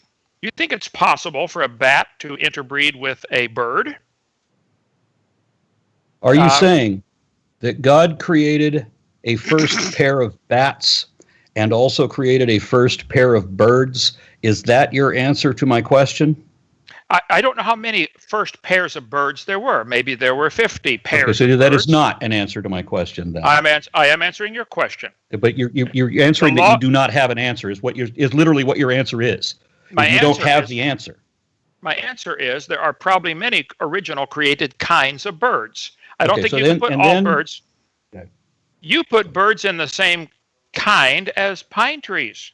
Okay, yeah, they're both eukaryotes. So your experiment by taking the egg of an animal, a mammal, and combining that with a pine tree, having no recollection to the fact that we're talking about animals on one side and plants on the other, you think that this verification of evolutionary law somehow refutes evolutionary law and instead supports the magic imaginary friend theory? Well, let's avoid the pine tree then, if that's your stumbling block. Let's take an elephant and a whale. I'm not the one with the stumbling block here. Let me help You're you not? with this. I can clarify this question a little bit better. We'll just do it as a short series of yes or no. Are mallards related to pockards, wood ducks, and muscovies? Don't know. You don't know. I don't know how many kinds. God could have created separate kinds for pockards. Pockards could be a kind unto themselves, even though they're all ducks. As I said, so I he don't didn't know create how many a duck kind. And ducks and chickens are in the galliform kind, and galliforms are also with the neonace and paleonace in the bird kind, along with Euornates and Ichthyornis and Enanthiornis and a number of others, and Archaeopteryx, I guess, as well. At what point do we have a created kind? Where is the evidence to indicate the possibility of a creator? Well, where is your evidence that a duck kind and a whale kind are related? Well, the fact that you can't define what a kind is probably the first problem. But the fact that they are both within the same parent categories, they are both animals, for example. That proves we're related. And plus don't forget, it proves they're still the same kind, doesn't it? Well, unless we go with what the actual definition of kind is, which is where the clade begins with a special creation. So are you saying that God created a certain group of ducks and then created another certain group of ducks, that he created a kind of mallards and a kind of pockards, that he created every different species individually? Is that what a kind is? Or is it something larger? Is it a larger category than that? You just used the word kind and species in the same sentence, and yet you said you don't do that. Go back and I distinguished them. I did, because I don't mix them the way you keep accusing. You do. You're the one that keeps saying if they bring forth, which is the definition of species, not kind. I keep correcting you on this, but you do not correct yourself. That's why after 20 years, you still repeat the idea that I'm supposed to believe that we came from a rock, even though I've seen a dozen people correct you on this very point, and you've never fixed it. It doesn't need fixed. Evolution does teach. Yeah, nobody believes. No evolutionary biologist, nobody promoting evolutionists believes we came from a rock. Nobody. That is a lie on your part, which you have never corrected. I can say, and if I can interject, if you don't mind, I've actually brought the same thing up to you a couple of years ago. But I have never seen any evolutionary biologist or anybody advocate that evolution teaches that we came from a rock. I have only heard that from creationist source. So can I ask you, do you have any citation that we can look at from a some kind of evidentialism from a evolutionary textbook that says evolution claims we came from a rock? I think I showed very clearly from dozens of textbooks. You tell me you didn't answer the question at all. You showed not one textbook that supports that argument ever in your life. Not just tonight, never. Aaron, this original cell that you say became the ancestor of the whales and the pine trees, what did that come from? We have to assume that it's the ancestor because we have other lines of evidence that draw that. Right now, we're only going to right now, we're only talking about the facts and the possibilities as we see them. Yeah, which textbook has that in there? Because I've asked that question before, actually, and I still haven't got an answer. And I'm curious. I'm trying to be as unbiased as possible here. I really would like an answer to that question because it's been brought up before, and I've had other creationists say there are textbooks that say, according to evolutionary theory, we evolved from a rock. And I have yet to find a single textbook that says that. If you have one, I honestly would like to look for that, and I will read that. There's not a textbook that even allows for that. I am calling it up right now. But in the meantime, while I get this in my PowerPoint, I have like 10,000 slides now. Do you believe this original cell came from a primordial soup, which came from the in the oceans or a nice warm pond or something like Darwin? Where did this original cell come from? Where did the first living cell come from? I did a video on this also simply titled Abiogenesis, which is set as an instructional material for middle school students, in which I explain that I don't necessarily subscribe to just the primordial soup. That's a possibility, I suppose. There are a number of overlapping ones. There are more than a dozen different processes that are distinctly different from each other, and none of them qualify as the evolutionary processes, but which also lend, any number of them could be true at the same time. Almost all of them could be true at the same time. Okay, so I'll ask the question once again. Where did the first cell come from? What do you think? What does Aaron think is the answer to where did the first living cell come from? As was explained in the video when I answered this the first time, giving it again, let's see, how can I paraphrase this? I believe in I think the RNA first example is probably the best supported. I think everybody universally agrees with that. Either the RNA world hypothesis or some kind of yeah. Yeah, the primordial soup was it was a good one for its time. That's back in the 70s. Yeah, but RNA first appears to be it. Yeah. And then, of course, with the cell, because that's what he's asking about, is he wants to go to he wants to skip a whole bunch of different stages and go just to the first cell.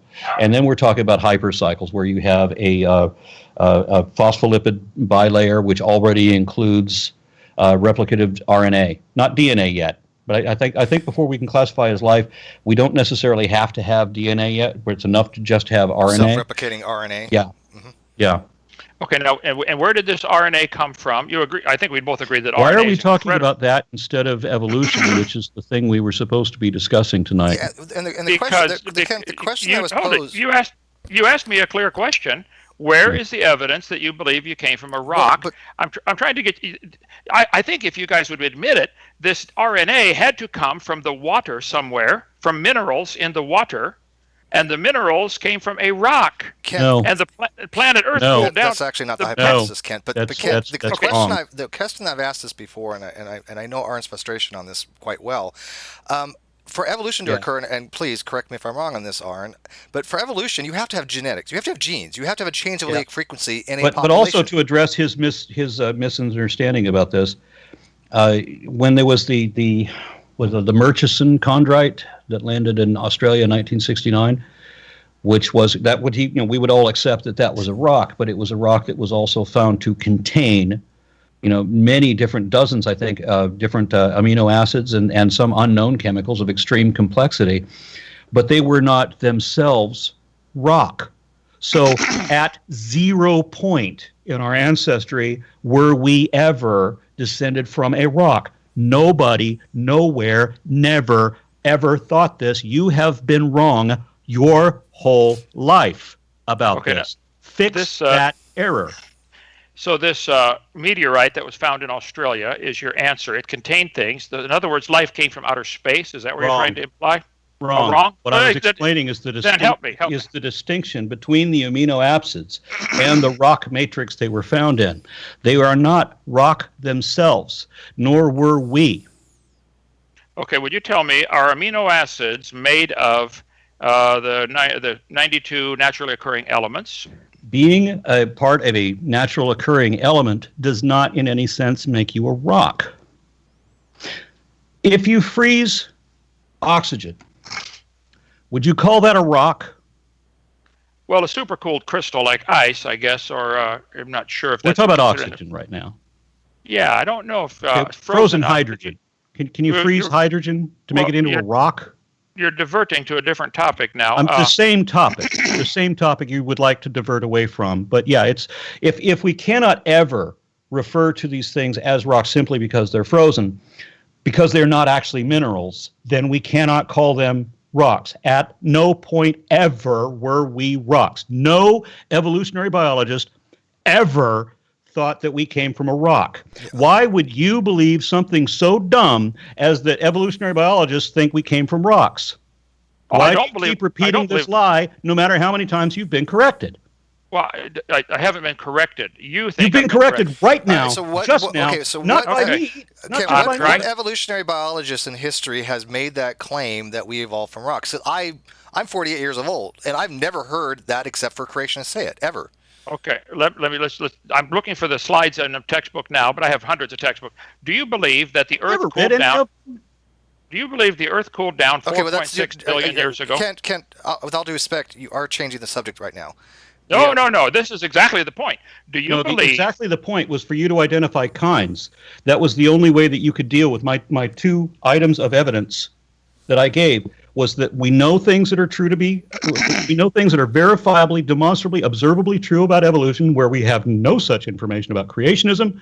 That's one you have failed to address. You simply denied that it exists, and you redefined everything through the fallacy of equivocation. And you have failed to address the phylogeny challenge, so you can't address my issue with phylogeny either.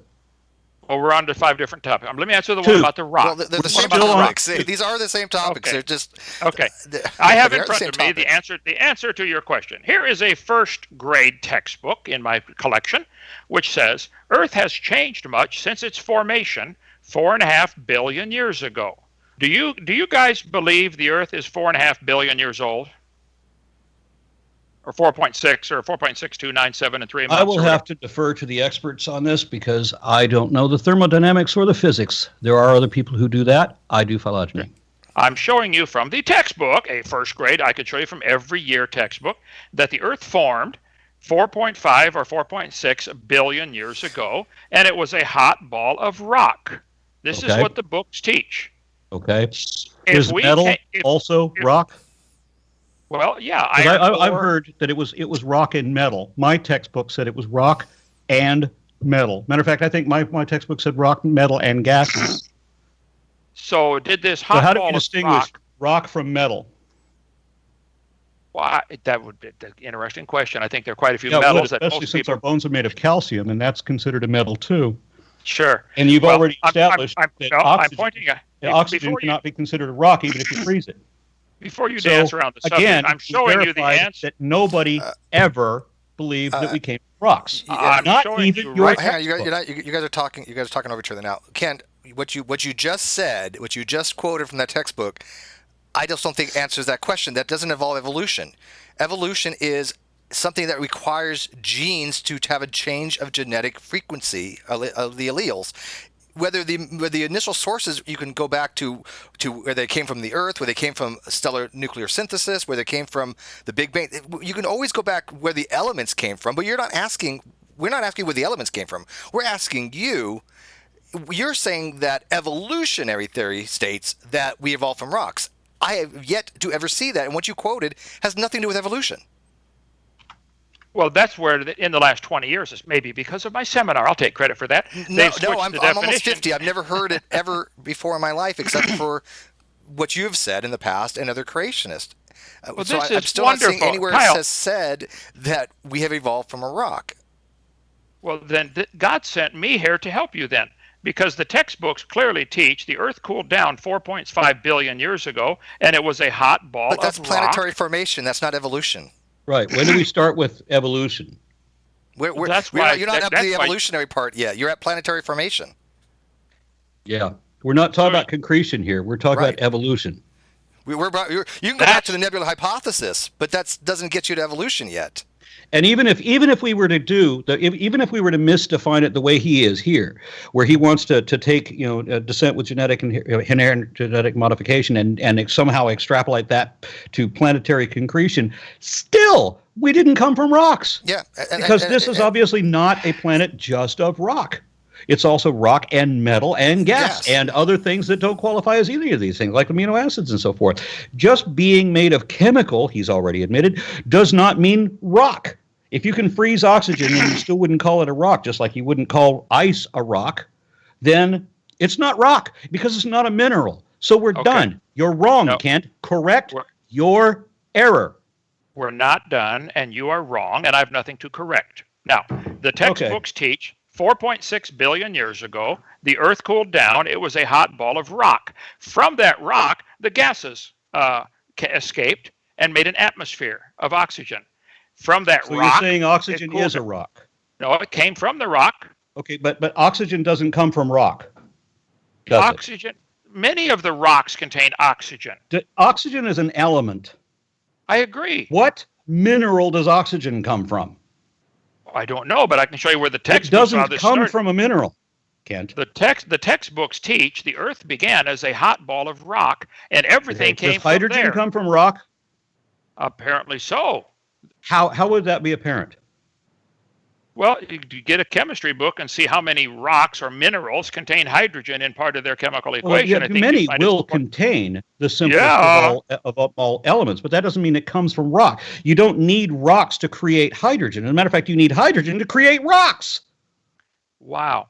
You asked me to point out where the textbooks teach this, and I show this clearly on my video. And you failed utterly. Faceplant. The sad thing is you don't know that you face-planted. That's the disturbing thing. No, or maybe that you do, but you realize that donors won't see it if you can gloss over it somehow. But hydrogen does not come from rocks. You can combine two hydrogens to make lithium, for example, and you can combine, or obviously be helium, and then combine a third one to make lithium, and so on.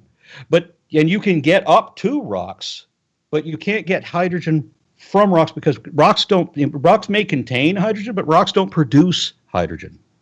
So according to the theory in the textbooks, the Earth was a hot ball of rock 4.6 billion years ago, and the gases came out of those rocks. I didn't write it. Which means that the rocks did not produce the hydrogen. The hydrogen pre-existed them, and still no evolutionary biologist ever believed we came from a rock. Now, if we can get past that, which I know you're never going to concede this error, because when have you ever conceded any error, no matter how obvious? We're still getting to the 2 points of evidence that I brought up, which you failed to address, either one of them. Now, if you want to get off of phylogenetics, fine. Just declare your failure there. Otherwise, I'll have to paraphrase the question again and see how you fail to answer it again. Or we can go to the other one, if you like, and we can see how you fail to address that. Okay, let's take the phylogenetics one. What you have, Aaron, as evidence is lines on a piece of paper. Except that we've already proved that it's not that at all. Can you draw lines on a piece of paper to a cat from a dog? So you can include the family of dogs. Are they a family of dogs only because we drew lines? Or is there some other way that people have decided whether there's a family of dogs? And whether the Borophagians or the wolves or the Lycaena pictus, whether the painted African wild dog, are they part of dogs? Is it because somebody drew a line on a piece of paper? Or is there some other thing that is the reason they drew the line? I have a textbook showing lines on paper connecting dogs and pine trees. Does it explain the reason that they drew the lines? Does it explain the evidence why they drew the lines? No. Oh, okay, so they just drew the line because they wanted to?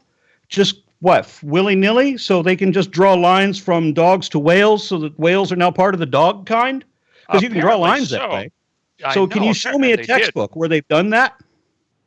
Where they've identified whales as a subset of dogs? I did a Google search yesterday on systematics. Is that a yes or a no? I'm showing you a picture. Well, you can't see it. Is that a yes or a no? I'm answering your question. Are you answering it with a yes or are you answering it with a no? Aaron, can you answer either one? There are many other ways to answer questions. Give me your questions. Explanations after you tell me if it's yes or no. Okay. 2 + 2 = 4. It would be a yes or no question. You can't answer but yes if I or no. said what? Answer yes or no. Okay. You're interrupting again. Many questions cannot be answered with a yes or no, like what color is the sky? That's not a yes or no question. Hello? I'm showing you on the screen, which you can see when you watch my PowerPoint. Lines on paper. Your camera hasn't worked since this podcast began. It will be up on my YouTube channel, Kent Hovind Official. Your YouTube subscribers can see what you're not showing me, but at least admit that you're not showing it to me. I'm telling you where I found it, and you can watch my YouTube anytime you'd like. Oh, I do not want to subject myself to that. I don't like fiction. That's why I don't. That's why, Aaron. That's why I don't watch yours either. But that's okay. Google search systematics. Just the word systematics. It shows a picture of a lizard, a snake, a crocodile, and a bird, and they have lines drawn connecting them to a common ancestor. Lizard, snake, crocodile, bird. Bird. Yep, it's a cardinal. So you have 2 lepidosaurs and 2 archosaurs, all 3 of which are diapsid, all 4 of which are diapsid. Okay, I follow you so far. Go ahead. So you think birds and crocodiles are related? Is that correct? They are archosaurs, both of them. So they are related. Meaning that they are related within the confines of the class or the clade Archosauria. Yes. So they had a common ancestor. A crocodile and a bird had a common ancestor. In the fossil record. Right now, if we're only talking about Linnaean characteristics of classification, then yes, birds are archosaurs just as are crocodiles. So you're saying birds and crocodiles are related because I'm saying that birds are in the same category as crocodiles because they're both archosaurs. Okay, There is other evidence that we can get to that shows that they are related. Okay, so one of them being, you have a group of evidence, and by the way, evidence is a word. You can Google search it, but you have a group quantifiable. You don't count evidences. It is a word. Okay, it is in the dictionary. A word, but it's not countable, so it's grammatically incorrect to say evidences. Yeah, I'm glad you think it is. Okay, but it is in the dictionary. Now, this shows a line between a crocodile and a bird to a common ancestor. Mm-hmm. You say there are evidences that indicate this is true because somebody decided to call them the same and put them in the same category. Wrong. Not because somebody decided to call them the same thing. As I said, Carolus Linnaeus obviously wasn't happy with realizing that humans were apes or the apes were humans, and he couldn't reconcile that. He obviously had huge dilemmas with that. And his dilemma was with the religious community because he knew that he would be under the ban of all ecclesiastics if he were to admit this. And you think that's why he did it? Okay. Well, this is called in the text. What's why he did what? You think he really did believe in evolution, but didn't dare say it because of the because first of all, it's not a belief; it's something that's indicated by the facts. Secondly, he didn't even know about evolution, didn't even think it was a possibility, so never considered it. And so this is why it was such a dilemma for him. When Darwin came up with natural selection and found that it was actually possible to derive new species from other species, then he realized how this tree of life that Linnaeus had discovered. He found out the answer that explained the problem that Linnaeus couldn't answer himself. So Darwin counted 14 species of finches on the islands, and that proves finches and crocodiles are related. If you have any idea what you're talking about and extrapolate it, yes. There's an awful lot that you refuse to look at that indicates that. Yes. I'll look at anything. I think this. You haven't looked at anything I've shown you so far.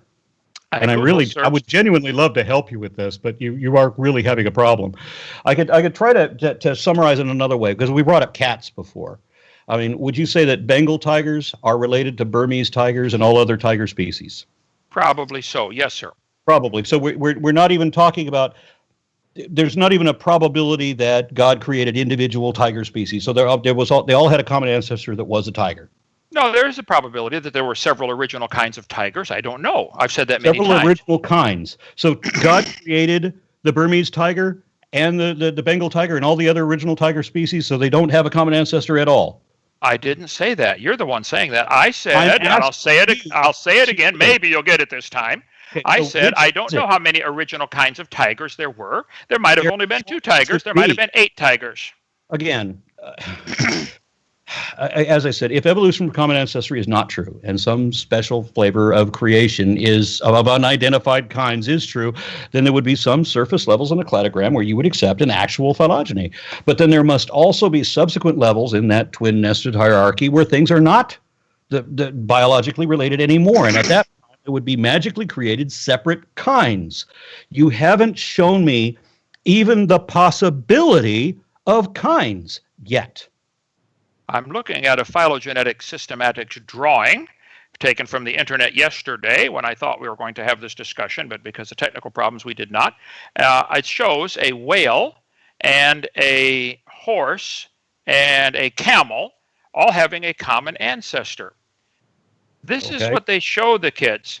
I'm looking at another drawing taken off the internet yesterday, and you can watch Kent Hovind Official, and I'll even buy you a Pepsi to drink. I'm not going to buy you beer, but I'll buy you Pepsi to drink while you watch it, showing the panther and the dog and the otter and the skunk related, as I mentioned before. And this is how they classify them. Darwin saw 14 varieties of finches. He then jumped to the wild conclusion, and he said so on page 170 of his book. He said, it's a truly wonderful fact that all animals and all plants throughout all time and space should be related to each other. This is a non sequitur. This conclusion does not logically follow from the argument. The argument is there does. Okay, in your mind, it does. I know. In your mind, it does. Not in my mind, but in the actual reality that we can demonstrate, since all these different finches, they're different species of finches, and he was coming out of a belief system, or where people had previously believed that species were immutable, and he came to the realization that species are not immutable, and that there are features, that there is this mechanism that could derive these other different species of birds from one common ancestor, i.e. a clade, not a kind, a clade. Once again, for the nth time, the difference between a clade, which you keep calling kinds, but it's actually clades, the difference between a clade and a kind is that a kind begins with the advent of special creation. You haven't shown any two items that are different kinds, but within what science would consider to be the same clade. You failed utterly to do that, despite every repetition of that question. Can you now address that question, or should we go to the other thing you're going to inevitably fail at? Your definition of kind is if they're eukaryotes, they're the same kind. That is crazy. My definition of kind is, as I just explained and repeatedly has repeated to you, that it is a clade that begins with a special creation. That's my definition of kind. Now, a clade will be a category of animals that includes all its descendants, and eukaryote is one of these. Trees are in it, elephants are in it, you are in it. By admission, all these things are eukaryotes. So it's not my definition as doing it. By your agreement, they are all eukaryotes. So the dictionary definition I got yesterday, cladistics, a method of classification of animals and plants according to the proportion of measurable characteristics that they have in common.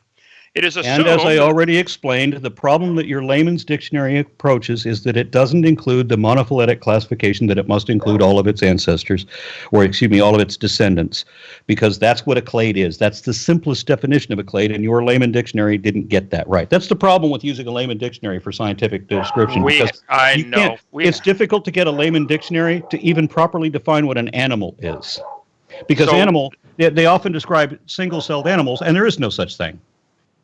So the whole world's been waiting for Aaron to come along and write the dictionary to tell us the truth about what these words mean. Okay, well, write your dictionary. That'll be great. Post it on YouTube or on wherever you want to put it, Wikipedia or something. I'm just saying the Bible word kind is very clear that if they can bring forth. You think a pine tree and a whale are the same kind of creature, or an elephant. Hang on. Once again, I do not think that there is anything that is the same kind as anything else. There is no such thing as a kind, and I'm getting you to demonstrate that yourself by failing repeatedly, consistently, to show that there are kinds. Show me two kinds. Elephant and pine tree are a different kind of life form. God down and created elephants. And from that, we got the different species of elephants. And they do not include mammoths and mastodons because those are different. Those are not elephants. So God created separately mammoths and mastodons and loxodonts and other such things. He only created elephants. And I guess he created each one of these individual species as a different kind, according to you?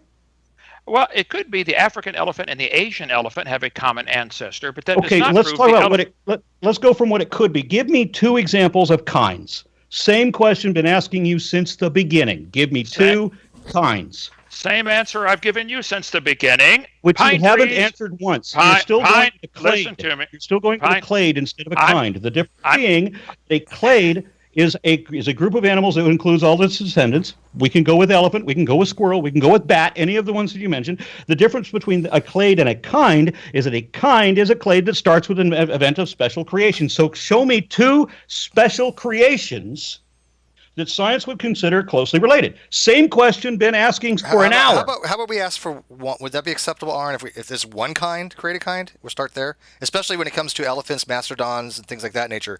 What would be a created kind from that original kind that all species and pachyderms and mastodons and woolly mammoths came from? And then we got to include Sirenians too, because the common ancestor of all also the common ancestor of Sirenians. So manatees are part of the elephant kind, if you want to conclude that way. There's 30 or 40 different things that you could probably throw in there. But what would you call that original kind? Hold it. Don't forget to include all the planets because they're made of the same elements, so they're the same kind also. They all have the same 92 elements. Is it possible, Kent, that you think that other people can listen to you and think that that was a smart answer from you? That had nothing to do with what I just asked. I don't understand how you guys can't get it. Let me. You don't understand. Just leave the sentence there. We could end the show on that sentence because that's the summary that I think everybody's gathered so Yeah, far. honestly, I'm trying to be fair as possible. I really am. I'm just trying Okay. to clarify things for the audience and for the people that are involved Okay. in the discussion here. I- I'm not trying to show okay. any kind of favoritism for anything. I just want to make sure that everybody's on the same page. And I asked you a question, Kent, in regards to what would be the original created kind that had been the predecessor of things like elephants and allopaciderms and woolly mammoths. And you answered something in relation to planets, and I'm not seeing the correlation there. Well, this is because he keeps changing the definition of kind to include something I never said. He keeps I saying, didn't "Well, change we the all, definition. I'm using you the did. same. I'm using the same definition consistently. It's that You you said- don't understand what that definition is, Oh, I understand. and you're using the completely. wrong one. You're You are saying- describing clades. You're Do saying you understand we what a both have- clade is? A clade we is the bo- thing you keep describing. The difference between a clade and a kind is that a kind begins with a special creation. Show me two different clades that began with a special creation as opposed to a common ancestor. Give me Well, that. I'm not going to concede that a clade and a kind are the same thing. So don't put those words in my mouth. No, I they're think- not. Okay. I'm not putting those words in your mouth. I'm Okay. saying they're different. I'm the one saying they are different. You're the one that it keeps confusing them. Oh, I'm not confused at all. Listen carefully. A whale, Keep an describing a elephant. clade and I'm calling just- it a kind without making any reference at all to their original creation, which is the Okay. key thing that makes a clade a kind, is whether it has been specially created. So show me the special creations, those two things that were specially created that science would consider to be in the same clade. Well, I don't know what science would consider to be in the same clade, but I Okay, showed then you. just admit that you can't answer the question, and we'll move to the next one. I have answered it many times. You have failed to answer, and you said you can't answer. You just won't admit it clearly because you don't want your listeners to know that you can't answer. Oh, Aaron, listen carefully. Elephants are different than pine trees. They are a different kind So are of you saying life that form. God created elephants I'm saying and God. mastodons and mammoths separately? Here you are changing. I'm saying God I'm created not elephants. changing it. and I'm not the one changing it. Stop interrupting, please. I'm saying God created elephants and pine trees separately. Whether Okay, elephants so and you mastodons are and saying mammoths. that God created elephants separate from mammoths, separate didn't from say that. I mastodons? didn't. Okay, You then that's ever- where we get you into ever- the phylogeny challenge. So you're saying that elephants and mammoths were all part of the same kind then? I don't know. Elephants and mammoths may be the same kind, but elephants and pine trees Maybe. are So you not. don't know. If Elephants you and pine can't trees, show me an example, you think- right? All right, So- you think elephants and pine All trees right, are the same here kind? it comes down to a yes or no question. Can you show me two created kinds that science would consider to be in the same clade? Can you? It's just yes or no. Yeah, can you do it? I think elephants. Let's assume elephants and Okay, so mammoths. it's not a yes Master- and it's not a no. Can we take that as a no? What color is the sky? Yes or no? Come on, you moron! This Calling me a moron will not hide your own willful ignorance of this subject. I am No, the it one is- who oh, knows I'm this. sorry. You are the I- one who knows dick about I- Jack. And everybody sorry. can watch this and see that. elephants So you and cannot answer the phylogeny challenge, nor will you even attempt to. You won't even hear out the question properly, nor understand it. I'm giving you a clear answer, and I do understand You it. can't give me an answer. Did God specially create elephants separate from, so the African elephant and the Indian elephant are together in one kind, but the mammoth is a different kind? A different special creation? I don't know. You don't know. Thank you. That's the answer. You don't know. So you Do you can't think- answer the challenge. Do you Done. think? We can move to the you next thi- one. No. You think elephants and pine trees are the same kind? Yes, they're both eukaryotes. Okay, if you think an elephant and a pine tree are the same kind of life form, Except that's your. we're talking about clades now because this is the one you keep confusing. I do not believe in a special creation. So it's not a kind. It's a clade. It's a clade because it includes all of its descendants, right? So it includes elephants and it includes pine trees and it includes you and it includes raccoons and it includes grass and it includes fungus. That's proof and for all. Plus, everything. don't forget. So Hey, all don't forget. things Don't forget the clade. most important. But there's Don't a forget the difference most between a clade Aaron, and a kind. don't forget the most important thing. You can draw lines between them. That's proof right there. Draw lines too, but they would be meaningless if you don't put reasons behind them as I can. You can put a line. You can put a reason behind drawing a line between a pine tree and an elephant. Yes, they're both eukaryotes. That's the reason. That's proof we're related. I don't know why I never thought of that before. Gee, They are both related in the system of classification that puts us both in the same category of eukaryote. Correct? We are both in that same category, right? we are both. How about let's classify those that contain oxygen. How would that? Would that be a clade? Creatures that contain oxygen. Would that include Venus? Everything that's alive. Everything that's alive. Well, Period. no. Doesn't- If we're going to make a different definition, you decided if it has a nucleus in the cell, therefore it must be I related. didn't What decide if, that. okay, well, what if it contains oxygen? I bet Venus has oxygen on it. That's got to be in the same clade then. You're Yeah, but- avoiding the subject now. Clades I have to know do with this. derived Unilaterally characteristics. agree that Kent Okay. Hovind failed to address the phylogeny challenge, and then we move on to the second one. I don't know how Guys, hold it. like, When we started, simple I thought- question. What do you think I- the answer? Okay, hang on. You guys are talking. You guys are talking past each Okay. other. Hang on. Kent, go ahead, please. But real quickly, clades have to do with derived characteristics, I and understand. I don't think oxygen falls into a derived heritable characteristic. But go ahead. We agreed to go an hour and a half to 2 hours. It has been 2 hours. I have 20 people or 15 people out here waiting for me to haul them home. We usually have our Bible study this time at night for 30 minutes. Now, let's do another one. I am not the least bit afraid of this. And I'll listen to the tape, to this YouTube that we're going to put up. And you can see my pictures that I put up. Kent Hovind Official. And you can call me anytime, 855-BIG-DINO, extension 3, and I'll answer the phone and talk to you. But I think I have answered the question dozens of times that a kind Haven't is answered able it to once. bring forth. Oh, I know you don't think I have, but I think the listening audience Nobody do it. thinks you We- have. We We will all do know a you haven't survey. answered the question. You We will haven't do a produced survey. two kinds yet that meet that classification. Okay. Well, Not actually, yet. do you want to do a survey, Kent? I mean, we can arrange for something. We have Yeah, approximately. let's Wait, hang on. do We that. have well over 700 people watching at this moment. I don't Yay. even know half the people watching, and that's unusual.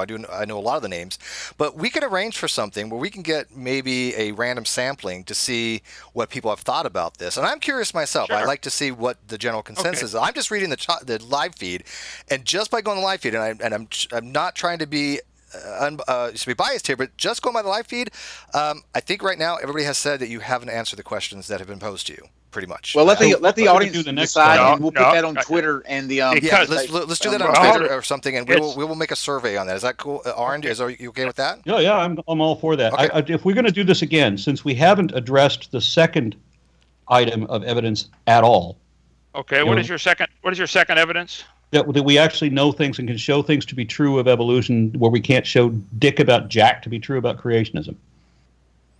So we actually know things about evolution. That's the thing. So we go over the facts of evolution, where you can fail to list the facts for creationism, for example. Okay. Well, yeah, let's have another one of these. I think it's, of course, how you phrase the question determines every survey.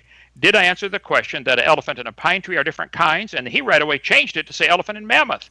I tell you what, I said elephant and pine tree. He changed Can it. we what I'll put do, down Kent. definitions too? Because I mean, this is going to be key. I've given my definition again and again and again, and he keeps saying, "Well, if it brings forth," which is not a definition That's a of kinds. species. Kent, what do you think would be a fair way to phrase, just so it doesn't look like there's any bias? What do you think a fair way to phrase the question would be? And I'll put it on right now as we speak. Well, let me think about that before I just off the cuff, and I'll text you one. All right, you can get back to it. I can do it so much easier. I already did the video on this, the phylogeny challenge, and so anybody that wants to can go watch the video, the phylogeny challenge. Did Kent Hovind meet that challenge? And So simple. you know what? And that should be the simple question. Honestly, I mean, the challenge should be: did Kent answer the question or meet the phylogeny challenge? Now we are familiar with the phylogeny challenge. I've seen the video. I think most people have. I think it's a fair question to ask. As is, did Kent answer the phylogeny challenge? Well, good question. Hold on, let's ask a few more questions. Did Aaron demonstrate that a pine tree and a whale or elephant are related? Did Aaron In the, demonstrate that in the any classification of eukaryotes, see- yes, I did. See what the listeners think. Did you demonstrate that evolution is actually qualifies as science? that was I can- That will have to be the second one because That- we haven't yeah. even addressed that. We Sure. haven't that even was touched that in this that was not video. even addressed in this particular All right. topic. Well, let's do another one. Set it up with Rhonda, 855-BIG-DINO, extension 2. She keeps the schedule. And I think 1.5 to 2 hours is plenty for people to sit and listen to. But I would like to remind you guys, you're going to die one day, and you're going to be dead for a long time. I hope you can help. Can you take what you believe now to the grave? You happy with it? Yep. Okay. We'll see you then.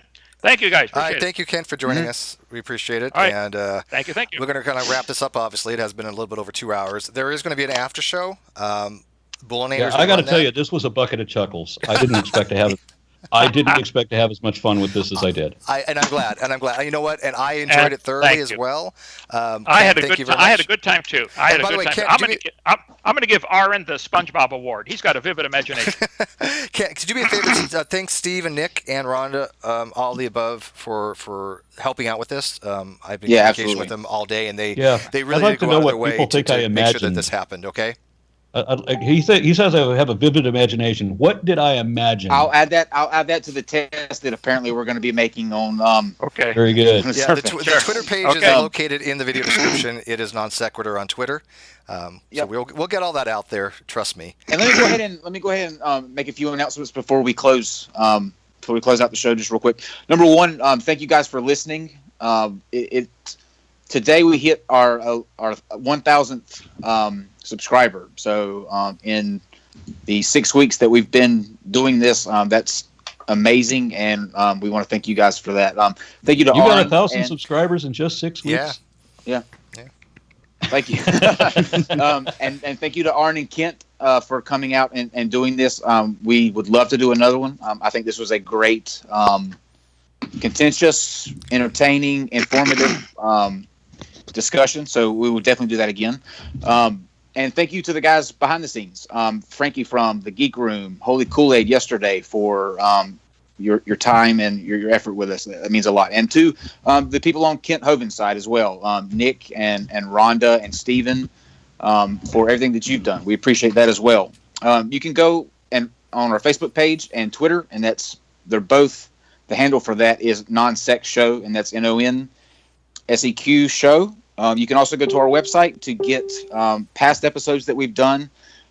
We will also have links there to ways that you can actually get the podcast. We're on iTunes and Spotify, Spreaker, and TuneIn, and Google Play, and of course the iTunes Store. So however you listen to podcasts, we have a way for you to do it. Let me make sure I covered everything. Tomorrow we will be having a kind of an informal hangout with. We're going to try to have the flat Earth discussion, and we actually have a an astronomer who is she's right now in her PhD for astrophysics from Australia. She works at the Sydney Observatory. Kirsten Banks. She will be joining us to kind of refute that and go through that. It's always an entertaining conversation when you're dealing with flat Earth, but. That's all I have, unless Steve has anything else. Yeah, guys, a couple things. One, we might be having a interview with Mad Mike Hughes, the guy that's launching himself 1,800 meters in the air on a rocket. I've arranged to have a phone call with him this weekend and get a little interview out with him, and that's going to work in great with the Flat Earth hangout that we're having this weekend. And again, we are having an after show. It's going to be on the Great Debate Community webpage, YouTube channel. So if you go to Great Debate Community on YouTube, you'll find it. Bullinator is going to be running that. It will be an open hangout. I already have people that want to join. Chucky, I know you want to join, and a few other people want to join. It's going to be open, but if you haven't gone to that channel yet and subscribed to it, the link is in the video description. So is a link to Hoven's channel, so is a link to Aaron's, my personal channel, and all of the links for the Twitter and everything else.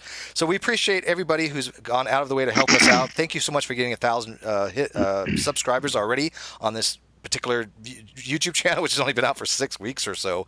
Amazing. We appreciate all your support. We appreciate all you continual listening and all your feedback. We look forward to reading your comments, and this was absolutely enjoyable, and I'm thrilled to death that we made this happen, and we thrilled to death that so many of you turned out not only to listen to this, but actually helped make this happen, because you guys are great. You guys just did a fantastic job at promoting this. I couldn't have asked for anything better. And to my partner Kyle, thank you so much for all you've done in making all this happen as well, because you put a lot of work into this, and it's definitely showed. Thank you. Okay. Now I owe Aaron an apology. If I could take a minute. Sure. We're still live. Go ahead.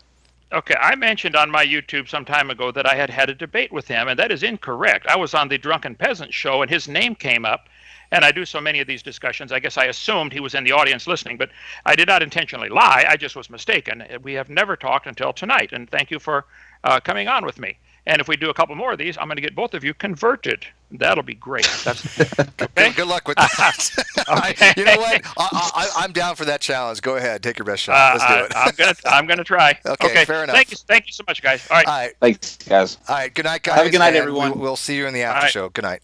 All right. Bye bye. Cheers.